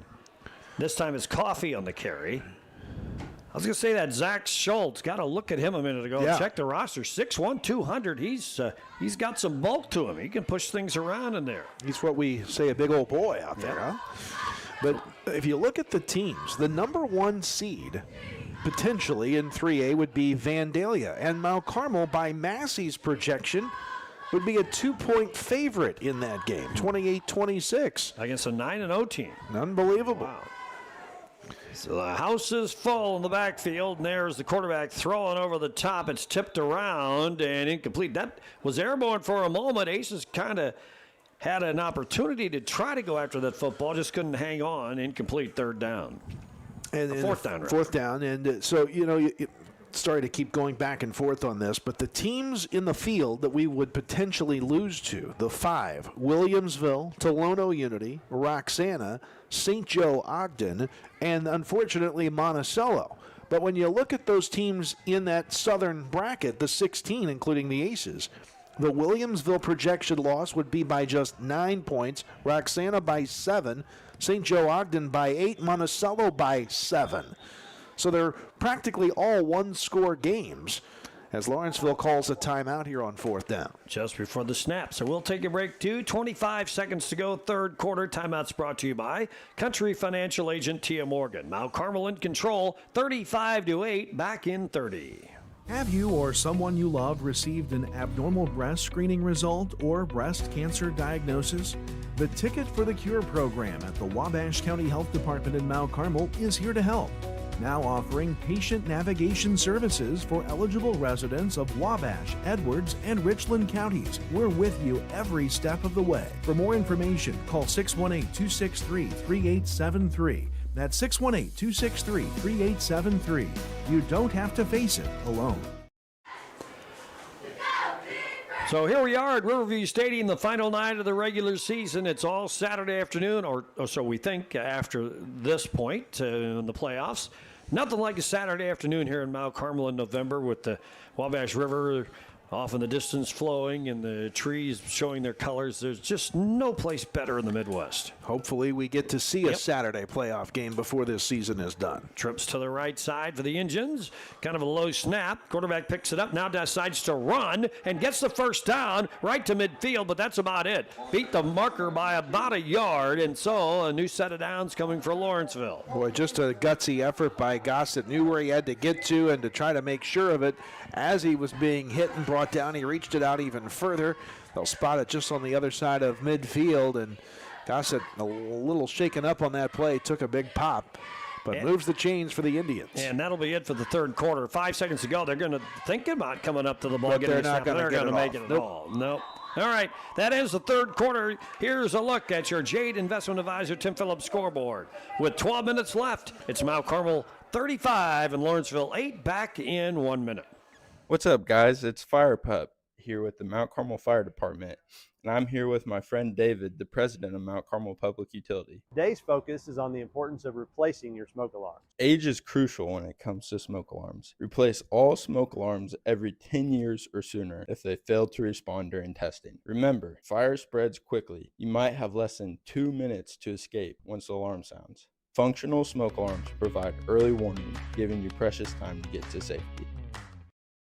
75 years in doing what we do is beyond unusual. Our genesis back in the 40s, doing stabilization and still focusing on that here today is very, very unusual.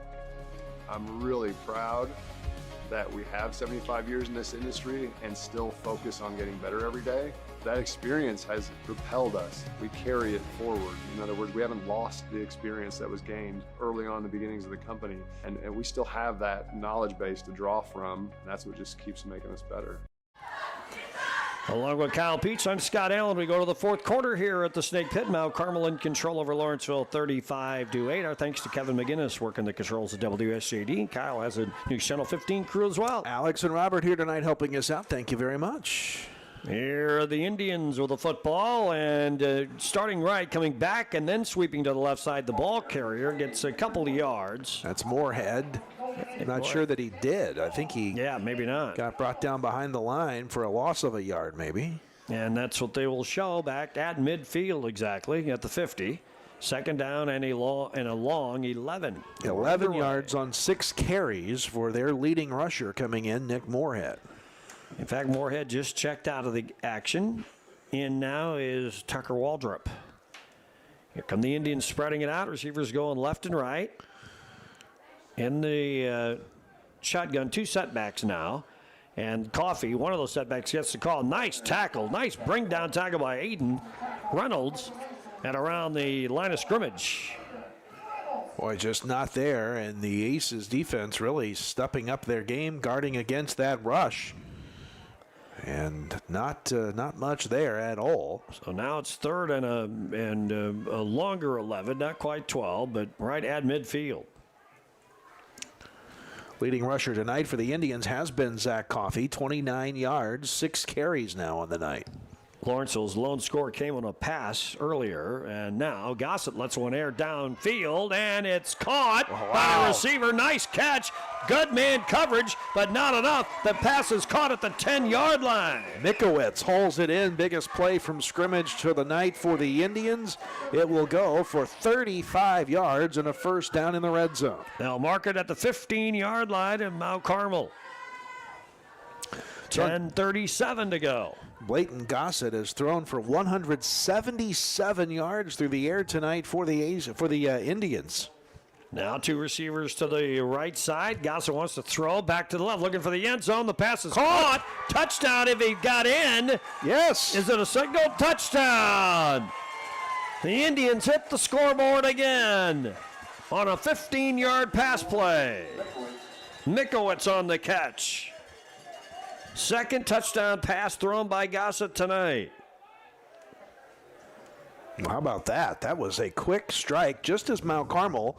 And we got an Aces player down. Looks like a cramp-style injury down there at the corner pylon of the end zone on the near side. But my goodness, Aces had really taken the running game away from Lawrenceville on that drive. And so they go to the air and a couple plays downfield, they're in the end zone. So that makes the score now, Mount Carmel 35 and Lawrenceville 14, back to a 21-point spread. While they're attending to the down player, we get a chance to talk about playoffs a little bit. And so one of the other names we were mentioned, I noticed we haven't seen it in any of the recent projections, but I heard the name Monmouth at one point. Monmouth-Roseville, that is up by Galesburg in northwest central Illinois. So, but apparently that north-south bracket doesn't go that far north. I can't imagine that would be how it would go. Chase Wiggins was the injured Aces player just with a cramp. He'll walk off the back of the end zone so they can start play again here. He'll be all right and back out there. But yeah, I just don't see any way that they divide the state that way. That would be interesting. It would be less than ideal. You know, they talked about, Scott, as you're aware of, bringing this district thing back in the offseason. Wouldn't that be something? Yeah. And part of that would be they're talking about expanding the playoffs to 48 teams per class and giving the top 16 seeds first-round byes. Whew. How about that? So that could be next year. This might be the last Little Illini Conference football championship, too. If that's the case, yeah, no doubt. There's Moorhead, and he gets the kick away.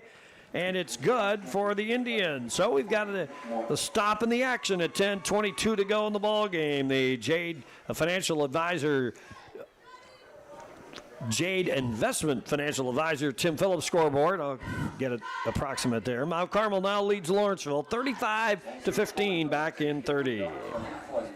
75 years in doing what we do is beyond unusual. Our genesis back in the 40s, doing stabilization and still focusing on that here today is very, very unusual. I'm really proud that we have 75 years in this industry and still focus on getting better every day. That experience has propelled us. We carry it forward. In other words, we haven't lost the experience that was gained early on in the beginnings of the company. And we still have that knowledge base to draw from. And that's what just keeps making us better.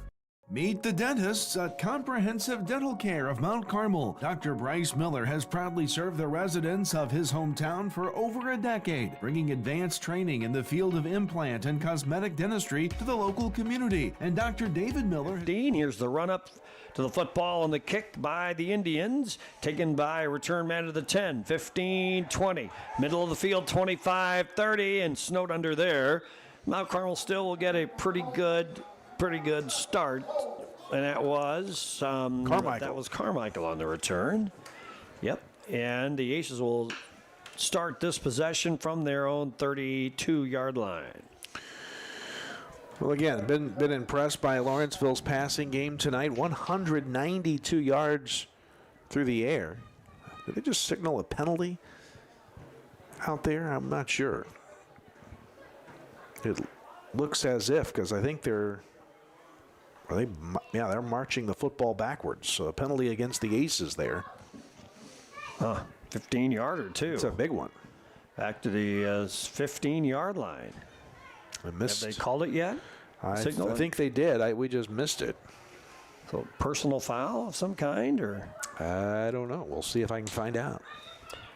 Go back to the video, huh? I'll try. Well, Mount Carmel starts a little deeper, but the name of the game now is taking time off the clock anyway, so in theory, it doesn't mean here's where we're at. And there's a ball carrier, Elliott Acree, who rolls left side, still churning, pushed his way all the way to the 25-yard line, about a gain of 10. So we got some of the yards back. Well,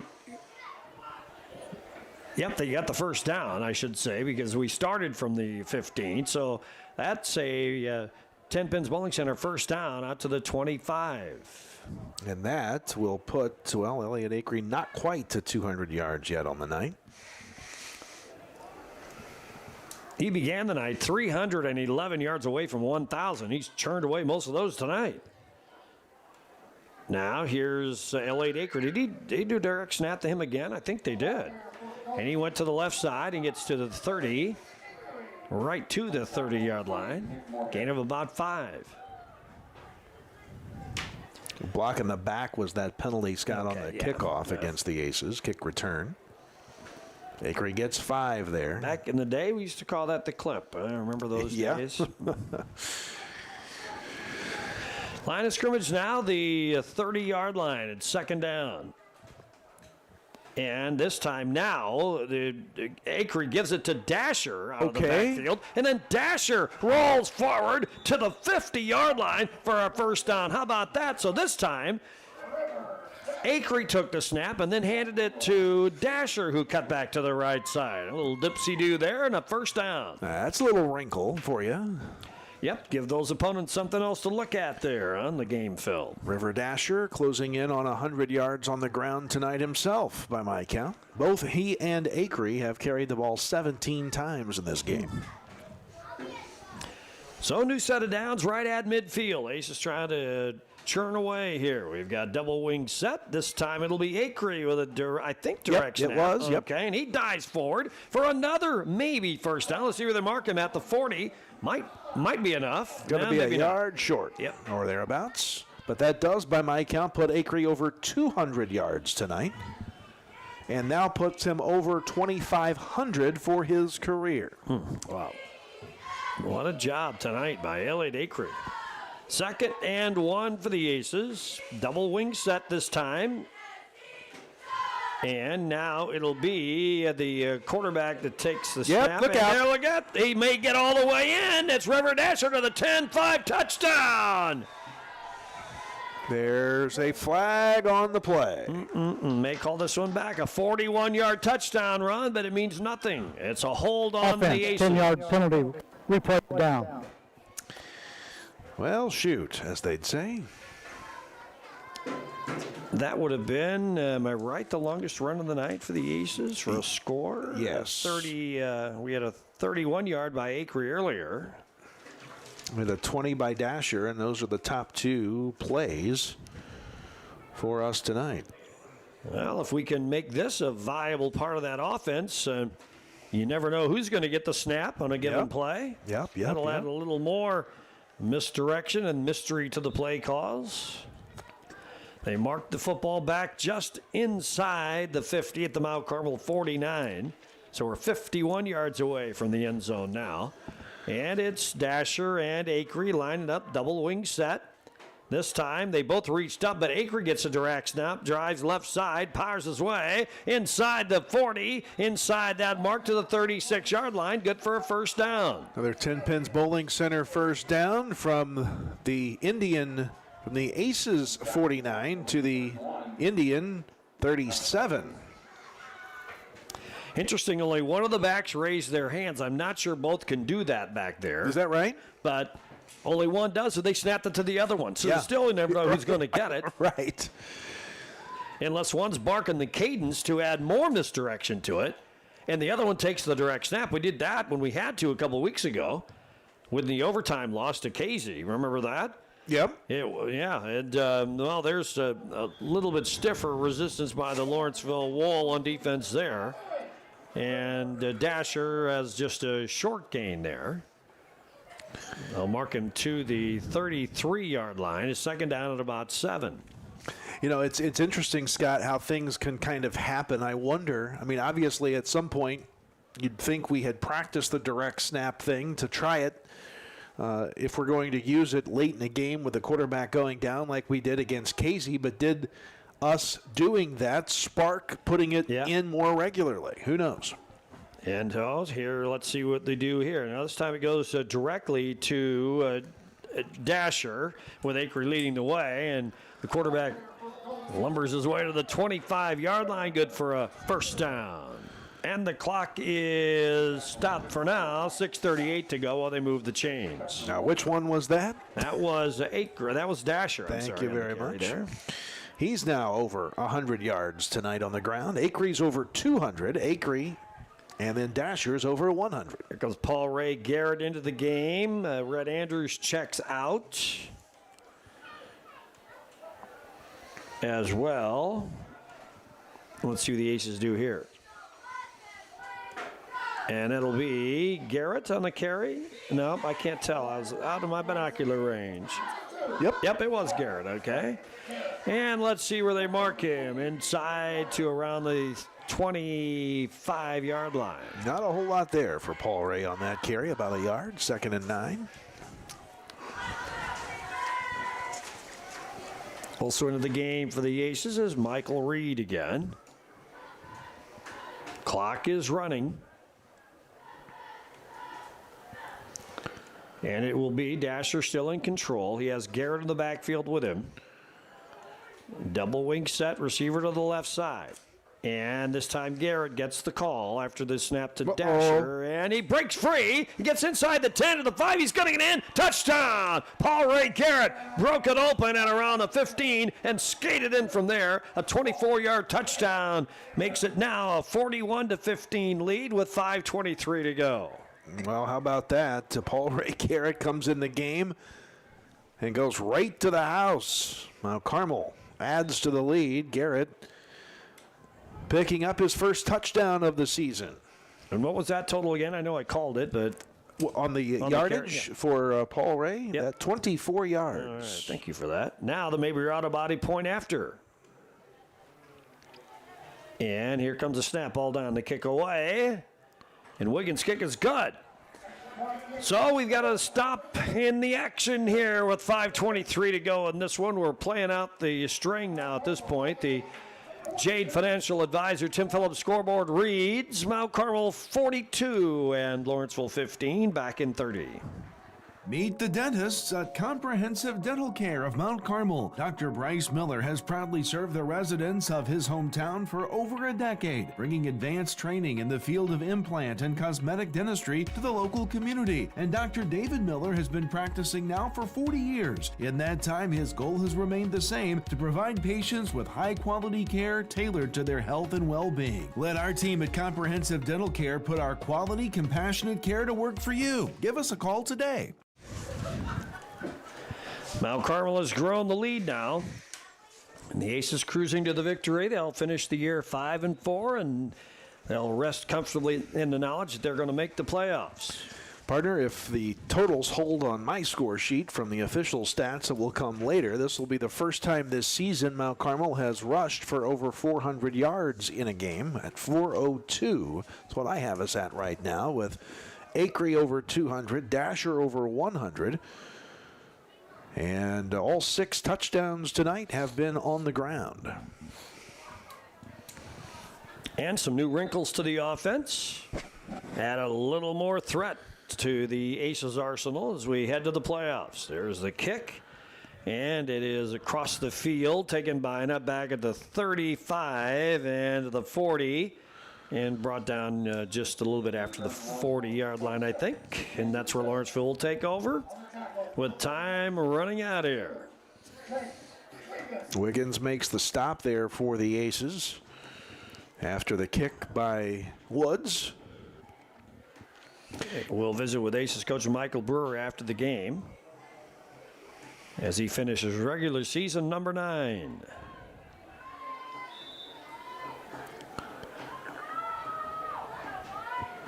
Here come the Indians. They're going to send 2 receivers out to the left side. They go right to left now.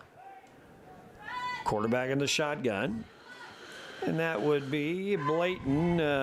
Gossett gives it to Moorhead on the pitch, and he's kind of swarmed under it around the 40-yard line. We just haven't found a way to get Moorhead free out of the backfield for the Aces. His 7th carry tonight. He had a 10-yard gain earlier. 1 10-yard gain, but 6 carries on top of that have netted 1 positive yard. Now it's about 2nd and 9. Yeah, if you can give him a gain. I guess give him a gain of 1. You're too nice. No, not too nice. It's 0, yeah. Yeah, I score like the Cardinals do. It's a hit. It's a hit. Oh, ball's on the ground. Ball's loose on the deck. Quarterback had it scored out in front of him, too, and wisely, Gossett falls on it for a loss back at the 36-yard line. So now it's 3rd down. So you're saying the Cardinals would say it's 3rd and 10 when it's 3rd and 14 here now after the loss. Yeah, everything's a hit with the Cardinals. Well, the Cardinals didn't get enough hits this year, that's for sure. Nope. So now the Indians bring it out 2 by 2 again. And in the shotgun is the quarterback. Gets a snap. Now we're going to run a little dipsy-do, an inside counter handoff. Oh, no, Cessna goes nowhere. Zach Cessna corralled by Jack Webb for a loss. Nice play from the defensive backfield for Webb. Back of the 35, loss on the play. That's an SIU-style tackle right there from Jack Webb. Senior will play football next year down in Carbondale, and Lawrenceville just keeps going backwards here. Down to 3:29 to go on this one.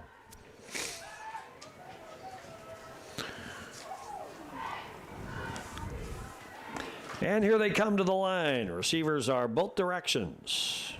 A wing and 2 wideouts left side, 1 wide receiver on the left side. And there's Gossett. Wants to throw. Does. Fires down the left side. Looking for Mikowitz. Incomplete. And a flag on the play. Maybe pass interference on Mount Carmel. I think it will be. Yep. Pass interference. Defense. It's on Cole Carmichael. Now what's interesting is down. It is a penalty that will. Where do they put the ball in high school football? They put it on 15 yards. So it was a 4th and 15, and now it will be a 1st and 10 right at the 50. I'm not really sure that by the stretch of the chain was actually going to be a 1st down, but it is. Unless it's an automatic 1st down. Well, that's what I wondered. Line of scrimmage right at midfield.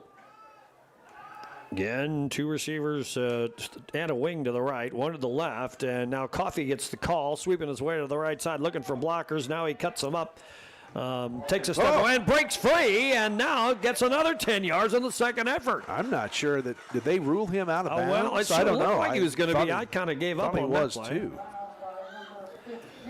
But they do not say he's out of bounds. Mark him all the way to the 34-yard line, so that's 16 yards on the carry and a first down.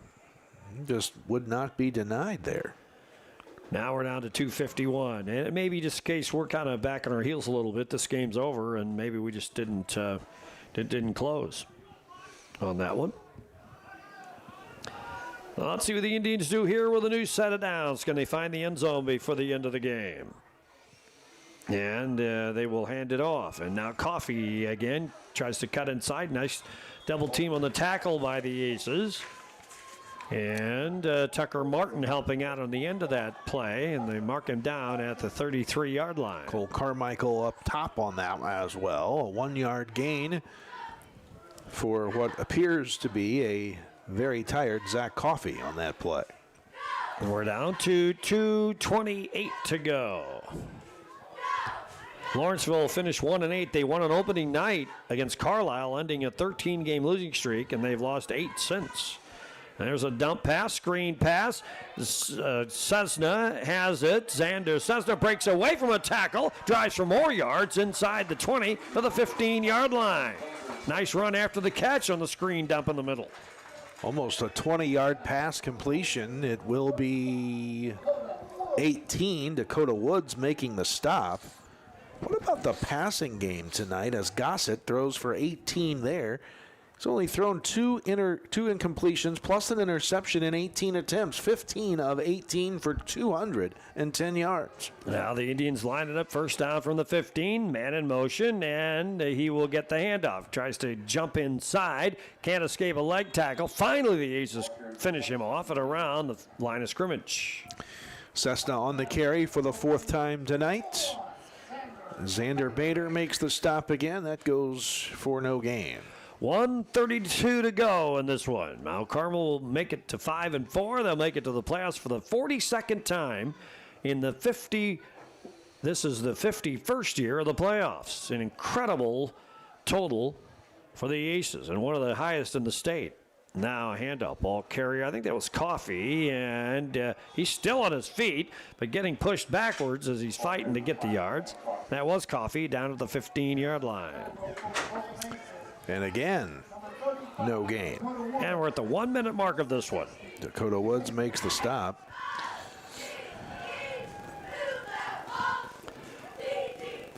So 2 more plays here. Let's see what the Indians are going to do. They're going to try to find the end zone before the end of the game. Gossett in the shotgun. Receivers both ways. Gets a snap. Wants to throw. Looking for the end zone. Ball's up in the air and overthrows the receiver. That was Xander Cessna, incomplete. Clock stops, 38 seconds to go. Well, Scott, the 210 passing yards for Lawrenceville so far tonight is the most against Mount Carmel since week 2, when Effingham put up 393 yards. The most since the Effingham game, actually put up by Newton. 157, Olney put up 132, but the Indians over 200 tonight, with a field goal try coming on 4th down. How about the year Hayden Mulvey's having for Newton, the quarterback? He leads the conference in yards passing. He's 1,700 before the start of the night. All right, Moorhead's going to try. Let's see. That will be a kick of 25, 33 yards, and it's on the way, and it is no good. Line drive ended up off to the side, so Mount Carmel will take a snap. That should do it from that point on the field with 34 seconds to go. Would you say that was about a 35-yarder? 33-yarder, yeah. Mm-hmm. Not the longest kick against us this year. What was that one? 61 yards or some crazy total? Was that Robinson? It may have been. That would have been a state record, is what we recall, right? It would have been. It wasn't that far off in the scheme of things, was it? It landed at about the 3-yard line, wasn't it? Yeah. Yeah, it was close. Long enough that we had to look up the state record. Yeah. So here comes Mount Carmel out to take another snap. And it'll be River Dasher doing that. He will hand off for the record, and the ball carrier slides left. And let's see, that was Paul. Nope. Gabe Cyrenay. Oh, Cyrenay on the carry. One of the seniors, right? Yep. And he got 3 yards, and that will do it. That will cap it. Yep. 15 seconds. They'll let the clock expire. Mount Carmel walks slowly to the sidelines, and the other kids are at midfield to do the receiving line, and we're down to 5. So Mount Carmel, just like last year, started out 0-2, but bounced back to finish 5-4. They had enough to get in last year. We have many more playoff points this year. We'll almost certainly get in this year. So now we'll wait and see what the IHSA has in store for us as we will end up playing in Week 10. Let's take a look, the final look at the Jade Financial Investment Advisor Tim Phillips scoreboard. Is Mount Carmel with a win. Aces 42, Lawrenceville 15. Back with the totals and highlights in 2 minutes. Corporate America Family Credit Union at 1011 Oak Street in Mount Carmel is ready to serve you with the financial tools you need for your life's journey. Our staff consists of friends and neighbors from our community, here to serve you like family. We offer a full line of financial services, including new and used vehicle loans, home loans, checking and savings accounts, access to no surcharge ATMs, 24/7 account access, and more. Call or visit us today. Corporate America Family Credit Union, empowering financial success. Over for a tailwind, there's no getting back too soon. Wabash Valley College and the Wabash Valley Arts Council proudly present the Ivis John Band, The Blues Experience, coming to the Brubeck Arts Center Theater on Sunday, November 9th at 2 p.m. Didn't mean to stay so long. The Ivis John Band. Tickets are just $20 and can be purchased by phone at 618-263-5164 or by scanning the QR code on your screen. Buy Low is Mount Carmel's local grocery destination, proudly serving the community with fresh products, friendly faces, and great deals every week. From our fresh deli and bakery to a wide variety of produce, fresh cut meat selections, and even an Ace Hardware, we've got everything you need, all close to home. Stay updated on all the savings at myiga.com or follow us on Facebook at Mount Carmel Buy Low for the latest specials. Shop local, save big at Buy Low, Mount Carmel's hometown store. As a faculty member, Wabash Valley College was the best decision ever. I've always been excited to return back to Wabash Valley as an employee to inspire students the way I was inspired when I went to school here. And what I love is the sense of community that I have with my coworkers and being able to provide that to our students.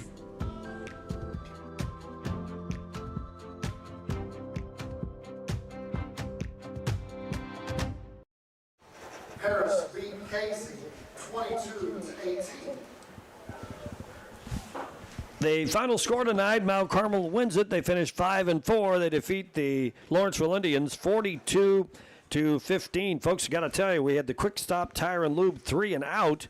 When the Aces defense gets a 3 and out, that's an Aces Quick Stop presented by Quick Stop Tire and Lube at 263-3786. The reason we mention it now and not a 3 and out situation is you pointed out that we didn't have any 3 and outs. Yeah, we did not. It was 2 picks, 2 turnovers on downs or everything, so we didn't really have a 3 and out. So there you go. But had we had a 3 and out, it would have been sponsored by Quick Stop Tire and Lube. Well, you got some news, don't you? Yeah, how about this? The upset, if the Score Zone app is correct, which is Score Stream app is correct, sometimes it's fan inputted, so that could be a little goofy. But Paris upsets KZ Westfield tonight. And that would mean that Paris will go into the playoffs a higher seed than Mount Carmel because they'll be 6-3 in the 3A playoffs. Mount Carmel would be 5-4. What do you feel about a trip to Paris here in a couple it could happen. days? Depends on how the points work out in the southern bracket and the geography of it. And but there's a better chance that a 5-4 team would face a 6-3, especially. As wild as that southern bracket is, there's not a ton of there's 2 9-0s, no 8-1s. Right. So you never know. 6-3 could meat a 5-4. Now that's barring any upsets tonight, by the way. That was all the projected matchups to get through the end of it. But Olney was up big, so they're going to complete that championship. run at 9-0. The Tigers leading Robinson 43-14.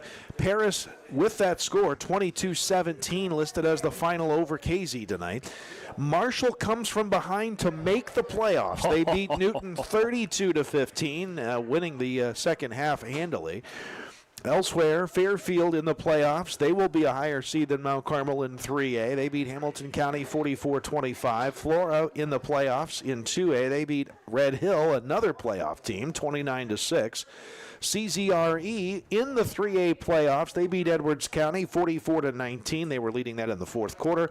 Carmi going 0-9 for the first time in a while as they fall to El Dorado. That's in the fourth quarter, 42-22. Gibson Southern moves to the next round of the playoffs for the big number 1 versus number 2 3A matchup in the second round of the playoffs. Indiana still hasn't fixed that. It'll be Gibson Southern and Memorial next week at Jack Jewel Field. That should be a fun when Gibson Southern beats Vincennes Lincoln 50-12. And in case you want to know how the Sages of Monticello are doing, they beat Prairie Central tonight out of Fairbury 18-14. Okay, kind of a close game for the Sages. Who knows if that's who we'll see next week in Champaign area. Let me get your stats here. I've got Mount Carmel going over 400 yards rushing for the first time this season. Elliot Acree, 19 carries, 215 yards, 3 touchdowns, putting him over 2,500 for his career on the ground. River Dasher, 19 carries, 104 yards, and a score. Red Andrews, a carry for 12. Owen Blake, a carry for 3. Paul Ray Garrett late, 3 carries for 30 yards and a score. Jackson Kling, 5 carries for 38 yards. And Gabe Sirene, my nominee for the Mount Carmel Public Utility Company electrifying play of the game, just because we saw a senior get to do something special. Gabe Sirene, a 3-yard run, closes it out for the Aces. River Dasher through the air tonight, threw 12 passes, completed only 3 of them, did throw an interception for 24 yards. Completions all in the first half to Jack Webb for 10, Elliot Acree for 8, Red Andrews for 6. The Aces in with 429 yards of total offense. Lawrenceville's Blayton Gossett rushed 9 times for 20 yards. Zach Coffey 9 times for 46 to lead the way. Xander Cessna carried the ball 4 times for 3 yards. Nick Moorhead carried it 7 times for 11 yards. 82 yards rushing tonight for Lawrenceville. The Aces do it again, holding a team under 100 yards on the ground. But Blayton Gossett put more yards on the board against the Aces in the air than any other team in the LIC. On a virtually perfect night, take away an interception and 3 incomplete passes. 19 passes thrown. He goes 15 of 19 for 210 yards and a score for the Indians. Well, one of the stats you brought out earlier in the season that holds up tonight, I guess, is Mount Carmel has outgained every LIC opponent this year, right? Yep, and that holds true tonight. Yep. So every game Mount Carmel played in league play, we outgained offensively our opponent, but somehow came away with 2 losses. You don't see that happen very often. Yeah, kind of the storyline of the season. We thought we'd be better this year, and I really think we have been better, but we were just mistake-plagued and making all kinds of mistakes, and it took us forever to come around. Maybe in Week 8 now is the first time we really saw us behave like an Aces team. I think there was a lot of that tonight. We still don't have our act together. I think totally, I bet the coaches would say we still haven't played a complete game at all yet. But that happens sometimes. Sometimes you go the whole season, you never see a complete game. But I think we're a better ball club than we were at the start of the year, and we may just be a nemesis for a lot of teams that think we're 5-4, and they think they know all about that. And so we may have a trick or 2 up our sleeves, but time will tell. Quick scoring summary for the Aces. Elliot Acree for 31 yards out, made it 8-0 on a 2-point run by Jackson Kling. Then Mount Carmel scored on a 3-yard run by Kling for the touchdown, 1 play into the second period. Wiggins' kick made it 15-0. Lawrenceville scored on a 10-yard pass from Gossett to Schultz. And then the Coffee run for 2 points made it 15-8. Aces answered again on an 8-yard run by Acree with 2:14 to go in the second period. The kick failed. And at halftime, it was 21-8. Then in the third quarter, Mount Carmel scored twice on a run by Dasher, and that was a 1-yard run, right? Yes, by River Dasher. And then a run by Dasher for the 2-point conversion. Then Acre added a 7-point run late in the third. Pass failed for the conversion. It was 35-8 as we go to the fourth quarter. Then at the 10:22 mark of the fourth frame, the second Lawrenceville touchdown. Mikowitz caught a 15-yard pass from Garrett. And then Moorhead added the kick. The Aces finished the scoring. Paul Ray Garrett, a 24-yard run. Wiggins kick. 5:23 to go in the fourth quarter. Accounts for the final. Aces win it 42-15. And we'll hear from Michael Brewer here in just a moment as the Aces have broken up their huddle. Nice touch, of course. Both teams gathered very quickly for their little prayer session. And now they've since gone into their individual coaches' talk.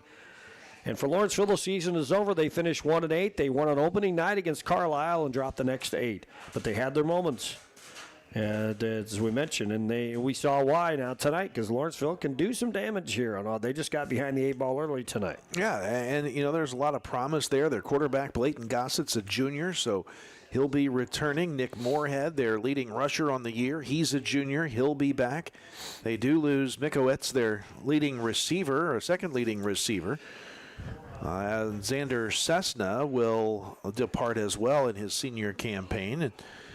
But Luke Schultz, who we saw cut a few balls tonight, will be back. He's a junior, so there are some weapons coming back for Coach Corey Jorgens and his Indian squad next year as the coach is coming in out of the cold here. All right, we'll visit with Aces coach Michael Brewer here after his club's win. That prolongs the season, and there will be a Week 10. We know that now anyway. But, Coach, congratulations. Thank you very much for joining us tonight, and a nice win tonight. Hey, thanks, Scott. Appreciate it. Yep. Offensively, I thought we did we ran the ball well. We didn't throw it as well as we did last week tonight, so would like to see that a little bit. But ran it really well. I thought the offensive line played great. Defensively, for the most part, we played well, and then just had some spotty things where, coverage wasn't good at times, or, Lawrenceville did a good job running a buck sweep play where they got us outnumbered and cracked with the receivers, and we're getting to the perimeter a couple of times in the first half. So they did some stuff well, and we needed to get adjusted to it. But overall, I thought we played pretty well. Yeah. Even a couple of other wrinkles in the offense with the direct snaps and everything else. So we had to do that a couple weeks ago. Did something happen? And Coach said, hey, let's do a little more of this. No, I mean, we first started doing that at Olney. Yeah. Okay. And so it's just another little wrinkle in the playbook, I guess. So because they're going to take this film for sure, right? Don't most coaches take the We'll see. I think sometimes they'll, it depends how many you trade. It depends on, some guys just want the most recent. Some guys will go look at scores and opponent record and things like that. So you never know. They could. But we've done that now in a handful of games, so nothing there to hide. Oh, I'm sure as a coach you miss all the drives late at night for scouting exchanges and meeting somebody at the gas station at 2 o'clock in the morning. And you don't do that anymore, huh? So really, all things So now that you're going to get a Week 10, obviously I know you've been thinking about it because that's what coaches do. But but now that you're there, what do you think about this ball club? I think the last 2 weeks you played so much cleaner football, I guess, which was always a bugaboo early in the year. I think we're going to be a darn dangerous 5-4 club. Yeah, I do think we continue to improve. And I just told our kids, I don't think we've played our best game yet. I think it's still there, and it's last week was probably the best game we played from beginning to end. I think this week's the most points we've scored. I think against KZ was probably our best defensive game that we've played. So there's all these parts and pieces, but I don't think we've played our best game, and I think that's still there, and so we're going to try to keep working and keep building on it, and hopefully this week's the week for it. And you get to play again. Yeah. How about the LIC? Looks like they're getting 5 teams in the playoffs. That's the most in a few years. Yeah. No, Marshall came back and won. So yeah. So I think that's good. I think that's it's good for our conference and something we talked about early in the year. I thought some of those teams would kind of come to the middle a little bit, and it looks like that's happened. So good for Marshall. Good for Paris. Good for. Then what is it, us and Olney and Casey. So, yeah, yep. A good group. Yeah. All right, so it all starts next week. Coach, thank you very much. We look forward to visiting with you another week. Yep. Appreciate it. Thanks, All Scott. right. That is Aces coach Michael Brewer, his club winner tonight on the senior night with an overpowering win over the Lawrenceville Indians to finish 5-4, and now the Aces are playoff eligible. And so the postseason's already been here for a couple of weeks, so now it really begins. Week 3 of the postseason is week 1 of the playoffs next week. Who will Mount Carmel play? When will they play? And all that kind of stuff will be ironed out over the weekend. The IHSA will start by making an announcement. Again, Kyle Peach earlier tonight said, look for that announcement around, we're just going to say approximately 8:14. That's when they said, That's right? what they said. So we're going to be exact. 8:14, not a moment later. Right. And you can watch it. News Channel 15, WSJD will have all the information at 100.5. So I bet you'll be able to find out tomorrow night. It'll be all over Facebook and everywhere else. And all your friends will be talking about it because that's what they do here in Mount Carmel. The Aces will be in the playoffs for the 42nd time in 51 years. This is an amazing record of achievement for the Aces.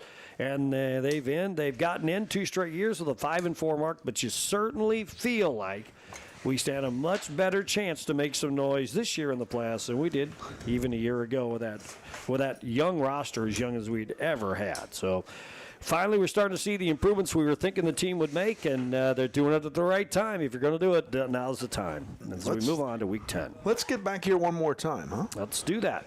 Could happen. All right, thank you very much to the sponsors. Thanks for everybody for joining us tonight. Hope you enjoyed the broadcast on this senior night. Now, for everybody associated with the broadcast for Kyle Peach, I'm Scott Allen. Aces win it. We're in the big show again one more time in 2025, and we'll greet you in the playoffs next week. So long, everybody. All right. Thank you.